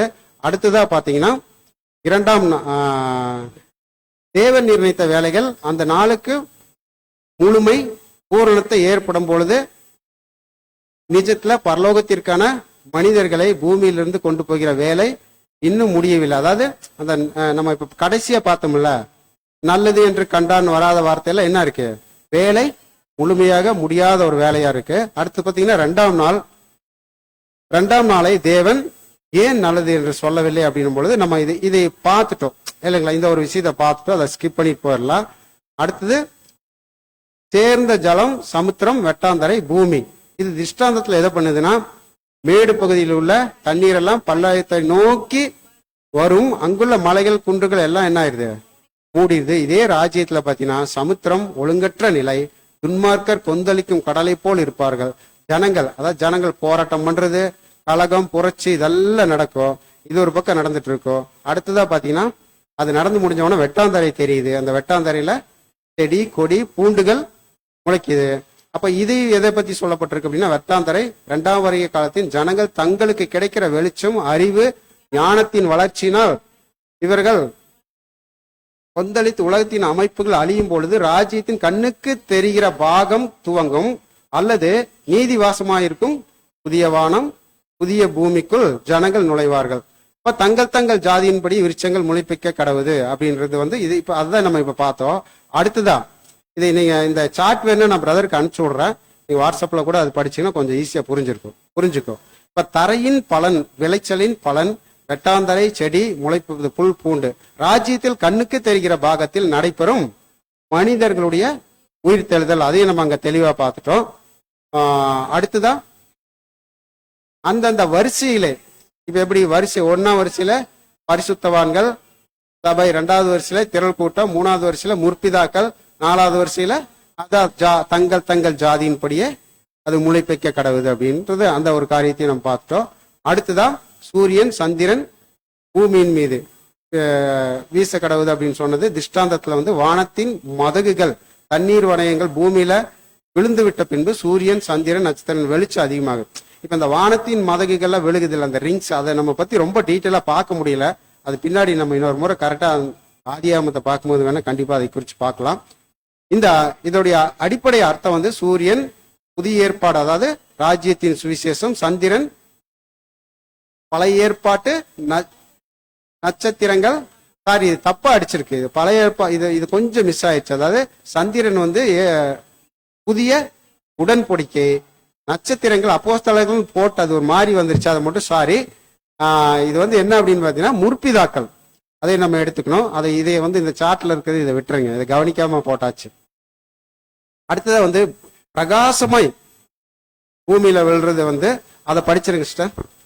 பிரகாசமாய் வீசியது முதல் நாள் வந்த வெளிச்சம், கிறிஸ்துவின் இரண்டாம் வருகையின் பிரசன்னம். நான்காவது நாள் ராஜ்யத்தின் கண்ணுக்கு தெரிகிற பாகத்தின் அடையாளம்.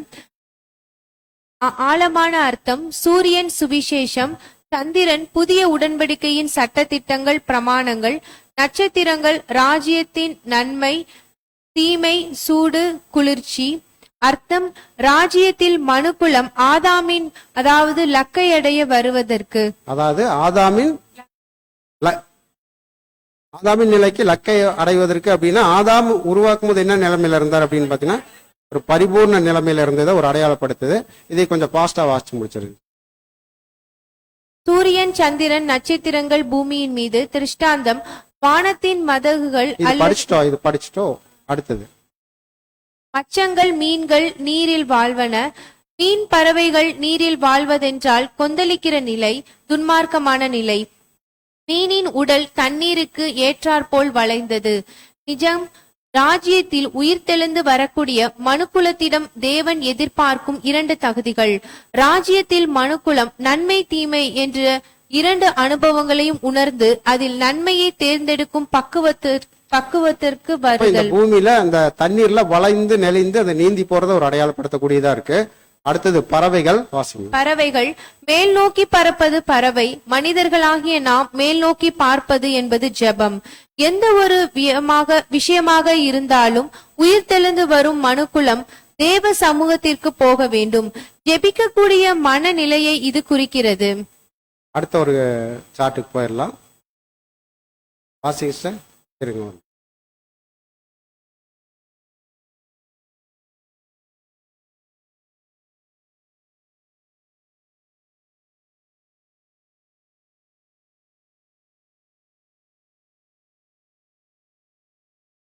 ஓகே, மாறிடுச்சு. வாசிங்க, இப்போ வாசிங்க. மாறிடுச்சு, மாறலையா? அதே தான் இருக்கா? சரி, ஓகே, விட்டுறலாம், ஒன்றும் பிரச்சனை இல்லை. இப்போ அடுத்தது நம்ம கடைசியா வந்து மனிதனை சிருஷ்டிக்கிறது என்ன அப்படின்னு பாத்தீங்கன்னா ஒட்டுமொத்த உலக ஜனமும் ஒரு பரிபூர்ண நிலைமையை அடையணும். அந்த அடைஞ்சதுக்கு அப்புறம் தான் ஒரு வார்த்தை வருது, வாசிக்கலாம். இப்போ வெளிப்படுத்தின விசேஷம் 21ஆம் அதிகாரம் 1ஆம் வசனம். பின்பு நான் புதிய வானத்தையும் புதிய பூமியையும் கண்டேன், முந்தின வானமும் முந்தின பூமியும் ஒளிந்து போயின. இப்ப பாருங்களேன், இப்ப என்னென்ன வருதுன்னா புதிய பூமி புதிய வானம், கிறிஸ்துவின் அந்த அரசாட்சி, 1000 அரசாட்சியில இந்த எல்லாமே மாறி ஒரு புதிய வானம் ஒரு புதிய பூமி இருக்கு. வாசிங்க தொடர்ந்து. சமுத்திரமும் இல்லாமற் போயிற்று. இப்ப என்ன இல்லையாமா அப்படின்னா என்ன அர்த்தம்? 1000 அரசாட்சியில துன்மார்க்க நிலையில இருக்கிற கொந்தளிக்கும் கடலை போல் துன்மார்க்க நிலையில இருக்கிற சமுத்திரம் என்கிற ஜனம் என்ன பண்ண மாட்டாங்க, அதுல இருக்க மாட்டாங்க. அந்த பாவம் மரணம் எல்லாத்தையும் அழிக்கப்பட்டதுக்கு அப்புறம் என்ன ஆகுனா புதிய வானம் புதிய பூமி இருக்கும். அதுல எல்லோரும் ஒரு பரிபூர்ண நிலைமையில தான் இருப்பாங்க. வாசிக்கலாம். ரோமர் 11ஆம் அதிகாரம் 33வது வசனம். ரோமர் 11ஆம் அதிகாரம் 33ஆம் வசனம். தேவனுடைய ஐஸ்வர்யம் ஞானம் அறிவு என்பவைகளின் ஆழம் எவ்வளவாய் இருக்கிறது, அவருடைய நியாய தீர்ப்புகள் அளவிடப்படாதவைகள். பாருங்க, இப்போ தேவனுடைய ஞானம் அறிவு என்பவைகளின் ஆழம் எவ்வளவா இருக்கிறது, அவருடைய நியாய தீர்ப்புகள் அளவிடப்படாதவைகள், அவருடைய வழிகள் ஆராயப்படாதவைகள். அப்போ பாருங்களேன், தேவன் ஒவ்வொரு காரியத்துக்குள்ளும் எவ்வளவு பெரிய விஷயங்களை வச்சிருக்கார். இப்போ நம்ம நினைக்கிறோம் வேதத்தை வந்து நம்ம அப்படியே படிச்சுட்டு போறதோ இல்ல சில விஷயங்கள் புரிஞ்சுக்கிறதோ அப்படின்னு. ஆனா ஒரு முதல் அதிகாரத்திலயும் இன்னும் எவ்வளோ விஷயங்கள் தேவன் நமக்கு வச்சிருக்கார் அப்படின்றத இப்ப பாயிண்டா என்னன்னா பாடத்துக்குரிய முடிவு பண்ணிட்டோம். இப்ப இதெல்லாம் வந்து ஏன் தேவன் நமக்கு வெளிப்படுத்தணும், ஏன் நம்ம தெரிஞ்சுக்கணும்? இவ்வளவு நேரம் நம்ம பார்த்த இந்த பாடத்துல எல்லும் பொருளுமா அதெல்லாம் தெரிஞ்சுட்டு போயிட்டா மாத்திரம் போதுமா அப்படின்னா, முதல்ல தெரிஞ்சுக்கிறது தெரியாது. 2வது, தேவன் நமக்கு ஏன் அதை தெரியப்படுத்துறார்? அவருடைய பிள்ளைகள். அப்புறம் காலம் சமீபமா இருக்கிறது. ஓகே, எல்லா பாயிண்ட் கரெக்ட் தான். அடுத்தது, ஆக்சுவலா இந்த உலகத்தின் முடிவு பொதுவா யார் கையில தான் தேவன் கொடுத்திருக்காரு? நம்ம கையில கொடுத்துட்டாரு. அப்ப நம்ம அந்த உலகத்தை இந்த உலகத்தை இந்த இரண்டாம் உலகத்துக்கு ஒரு முடிவை கொண்டு வரணும்னா அது யார் கையில இருக்கு அப்படின்னு பாத்தீங்கன்னா நம்ம கையில இருக்கு. அதை எதற்காக முடிக்கணும், எப்படி முடிக்கணும் அப்படின்னு தெரிஞ்சாதானே முடிக்க முடியும். அதற்குண்டான வேலைகளை செய்ய முடியும். அப்ப தேவன் இவ்வளவு காரியங்களை நமக்கு எதற்காக கொடுக்கிறார் அப்படின்னு பாத்தீங்கன்னா, அவரு இப்ப இந்த பரிபூர்ணமான நிலைமையில் உள்ள ஒரு ராஜ்யம் எல்லாத்துக்கும் போய் கிடைக்கணும். அதுல நம்ம என்ன பண்ணோம் அப்படின்னு பாத்தீங்கன்னா, நமக்கு கொடுத்திருக்கிற பங்கை நம்ம எந்த இடத்துலயும் சோர்வு அடைஞ்சாம எவ்வளவுக்கு எவ்வளவு உற்சாகமா செய்து முடிக்கிறோமோ அவ்வளவுக்கு அவ்வளவு என்ன ஆகும், வேலைகள் வேகமா முடிஞ்சிட்டு போகும். அதற்காக நம்ம ஸ்லோவா செஞ்சா அந்த வேலைகள் ஸ்லோவாகுமானா ஆகாது. நம்ம இடத்துக்கு என்ன ஆயிடுவாங்க, வேற ஒருத்தர் வந்துருவாங்க. நம்ம வெளியே இவ்வளோ தெரிஞ்சும் கடைசியில் என்ன ஆயிரும்னா மோசே மாதிரி அவ்வளோ வருஷம் 40 வருஷம், அதாவது அவருடைய வாழ்க்கை பாருங்களா, 80 வருஷத்தை எடுத்துக்கலாம். 40 வருஷம் போய் பொறுமையை கத்துக்கிறாரு. அடுத்த 40 வருஷம் இந்த ஜனங்களை வழி நடத்திட்டு கடைசியில கண்ணுக்கு மட்டும்தான் காட்டினார், உள்ள கொண்டு போகல. அந்த மாதிரி ஒரு நிலைக்கு நம்ம போயிடக்கூடாது அப்படின்றதும் நமக்கு இந்த பாடத்துல இருந்து நம்ம இது தெரிஞ்சுக்கிட்டோன்றதை விட நமக்கு ஒரு பெரிய எச்சரிப்பு. இந்த கொடுத்திருக்கிற வாய்ப்பெல்லாம் பயன்படுத்தி கொண்டு இந்த நீதி வாசமா இருக்கிற புதிய வானம் புதிய பூமிக்குள்ள பிரவேசிக்க கேட்ட சத்திய வசனங்களை தேவன் நம்ம ஒவ்வொருவருக்கும் ஆசீர்வாதம் மாட்டி தருவாராக. பொறுமையோடு கேட்ட அனைவரும் தேவன் ஆசீர்வாதத்தை வழி நடத்துவாராக. ஆமாம்.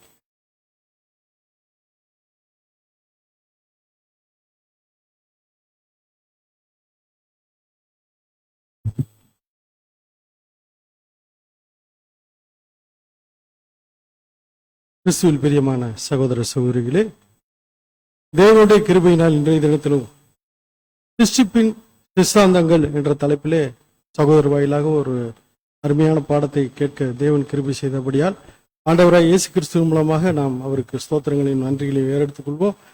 இன்றைய தினத்திலும் கூட ஆதியாகமத்தில் சொல்லப்பட்டுள்ள அந்த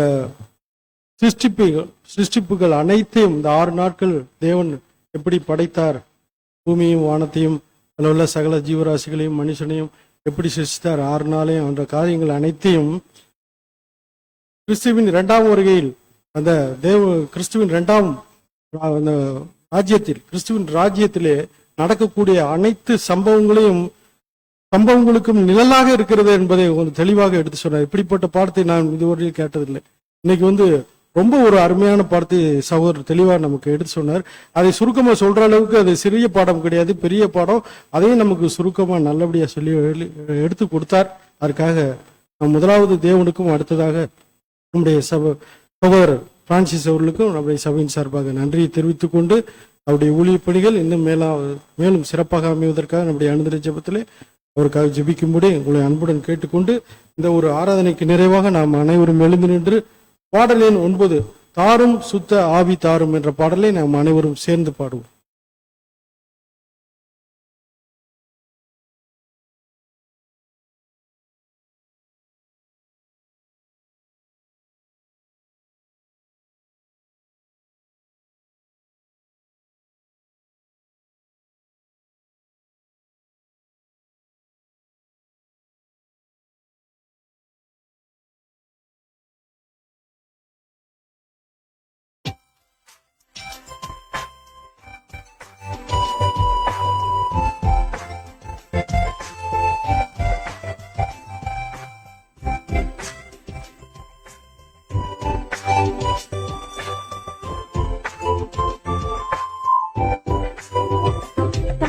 சுத்த ஆவி தாரும் எங்கள் ஆத்துமத்திலே, எங்களுக்கு உயிரை தாரும் பரிசுத்த தந்தையே.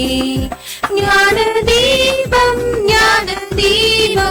தேவனே நீ ஏற்றுமே, ஞான தீபம்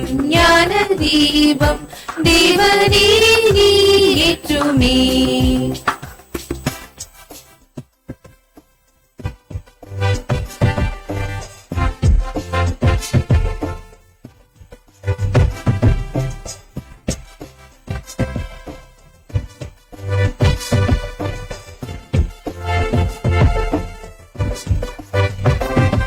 எங்கள் நெஞ்சில் நல்ல புத்தி தேவ பக்தி தோன்றவே அதை நீ குணப்படுத்தி தப்பு சிந்தையானதை மாற்றத்தாரும்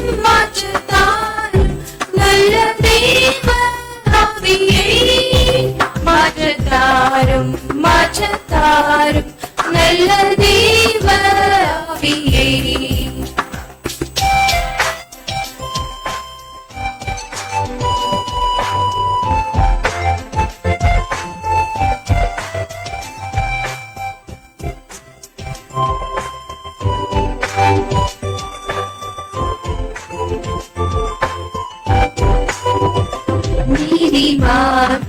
நீதிமார்க்கத்திற்கு நிற்கும் விரோதமும் நீங்க எங்களை காப்பாற்றி நல்லோராக்கி அருளும். கால்களாடி போகில் நீரே லட்சியம் கால்களாடி போகில் நீரே லட்சியம்.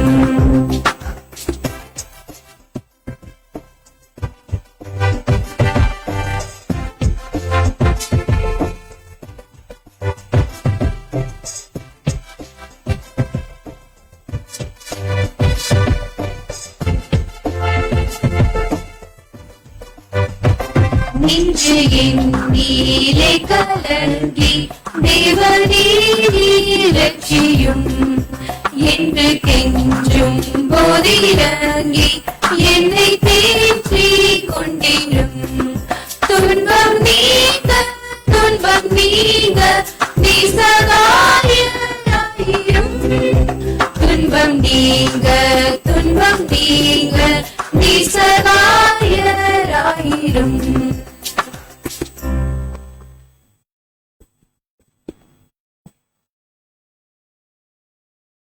இந்த ஒரு ஆராதனைக்கு நிறைவாக நம்முடைய அன்பு சகோதரர் மகேஸ்வரன் அவர்கள் நம்மை நிறைவு ஜெபத்தில் வழிநடத்துவார்கள்.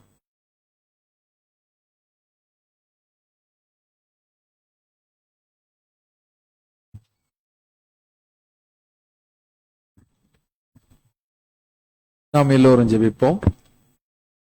வானத்தை சிங்காசனமாகவும் பூமியை தமது பாதபடியாகவும் வைத்து சர்வலோகங்களையும் ஆட்சி செய்து வருகிற எங்கள் பரலோக சிங்காசனத்தில் வீற்றிருக்கிற பரிசுத்த பிதாவே, உமக்கும் உடைய ஒரே பேரான குமாரனும் எங்களுக்காய் அடிக்கப்பட்ட ஆட்டுக்குட்டியானவருமாகிய இயேசு கிறிஸ்துவுக்கும் சதா காலங்களிலும் ஸ்தோத்திரமும் கனமும் மகிமையும் வல்லமையும் உண்டாவதாக.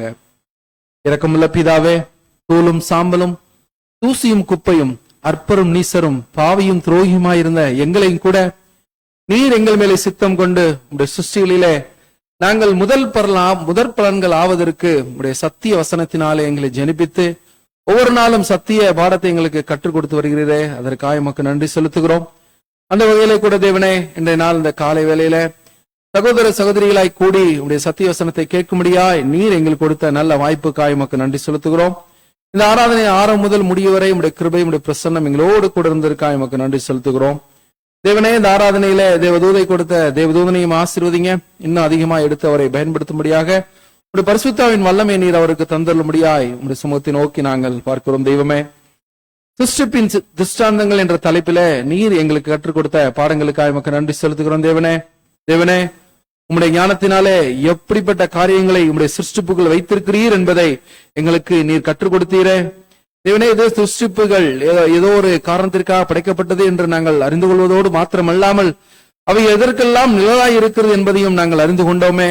ஒவ்வொரு நாளிலும் நீர் படைத்த படைப்பின் காரியங்களை தேவனே நீர் எப்படியெல்லாம் அதை எங்களுக்கு காண்பித்து கொடுத்திருக்கிறீர் என்பதை நினைக்கும் போது உம்முடைய ஐஸ்வர்யம், ஞானம், அறிவு என்பவர்களின் ஆழம் எவ்வளவா இருக்கிறது என்று உணர்ந்து உம்மை நன்றியோடு உம்மை ஸ்தோத்தரிக்க, உம்மை துதிக்க, உம்மை பாட, இன்னும் அதிகமாய் உம்மை கிட்டி சேரத்தக்க எங்களுக்கு ஒரு வாய்ப்பை கொடுத்ததற்காக எமக்கு நன்றி செலுத்துகிறோம். தேவனே, இப்படியாக உடைய வேதத்தில் உள்ள அதிசயங்களை பார்க்கும்படிக்கு நீர் எங்கள் அடியாரின் கண்களை திறந்தீரே, உமக்கு நன்றி செலுத்துகிறோம். இந்த வாய்ப்பு உலகத்திலே அநேகருக்கு கிடைக்காத பொழுது தேவனே, தனியா எங்களை பிரித்து கொண்டு வந்து ஒரு சிறிய வகுப்பினராய் நீர் எங்களுக்கு காண்பித்து கொடுத்தீரே, அதற்காக எமக்கு நன்றி செலுத்துகிறோம். இப்படிப்பட்ட பாடங்களை கற்றுக்கொண்ட நாங்கள், ஒரு சிறப்பான வகுப்பாராய் இருக்கிற நாங்கள் அதை நாங்கள் சரியான விதத்திலே நாங்கள் பயன்படுத்திக் கொண்டு நீர் தேவன் எங்களை எதற்காக அழைத்தீரோ அந்த அழைப்பின் நோக்கத்தை நாங்கள் அறிந்து கொண்டவர்களாய் எங்களுடைய வாழ்க்கையின் ஒவ்வொரு காரியங்களிலும் எங்களுடைய வாழ்க்கையின் காரியங்களில நாங்கள் சரியானவற்றை செய்து நீர் விரும்புகிற குணலட்சங்களை எங்களுக்கு காண்பிக்கும்படியாய் எங்களுக்கு கிருபை பாராட்டுங்க தேவனே. அது மாத்திரமல்லாமல் நீர் எங்களை அழைத்த அழைப்பையும் தெரிந்து கொள்வதையும் நாங்கள் உறுதியாக்கி கொண்டவர்களாய் மாத்திரமில்லாமல் உம்மோடு கூட நாங்கள் செய்த அந்த நல் மனசாட்சியின் உடன்படிக்கைக்கு நாங்கள் மரணமடைந்த உண்மையுள்ளவர்களாய் இருக்கும்படியாக நீர் எங்களுக்கு வேண்டிய கிருபையும் பரிசுத்தாவின் வல்லமையும் பரலோக ஞானத்தையும் தந்தருளும்படியா என்று சமூகத்தை நோக்கி நாங்கள் பார்க்கிறோம் தேவனே. எங்கள் மாத்திரமல்லாமல் சகல உலகெங்கிலும் இருக்கிற சகல பரிசுத்தவான்களுக்காகவும் விசுவாச குடும்பத்தார் ஒவ்வொருவருக்காகவும் உடைய சமூகத்தை நோக்கி நாங்கள் பார்க்கிறோம். அவர்களுக்கு வேண்டிய எல்லாவித கிருபையும் இரக்கத்தையும் நீர் பாதுகாப்பையும் பராமரிப்பையும் கட்டளிடும்படியாய் உடைய சமூகத்தை நோக்கி நாங்கள் பார்க்கிறோம் தேவனே. இப்படியாக தேவனே இன்றைய நாளை எங்களுக்கு ஆசீர்வாதத்தை கொடுத்ததற்காக நன்றி செலுத்துகிறோம். இந்த ஜெபங்களை எல்லாம் உண்மையும் சத்தியமுள்ள சாட்சியும் தேவனுடைய சிருஷ்டிக்கு ஆதியுமாயிருக்கிற ஆமென் என்பவராகிய இயேசு கிறிஸ்துவின் வெளியேறப்பட்ட நாமத்தில் ஏறெடுக்கிறோம் எங்கள் ஜீவனுள்ள நல்ல பிதாவே.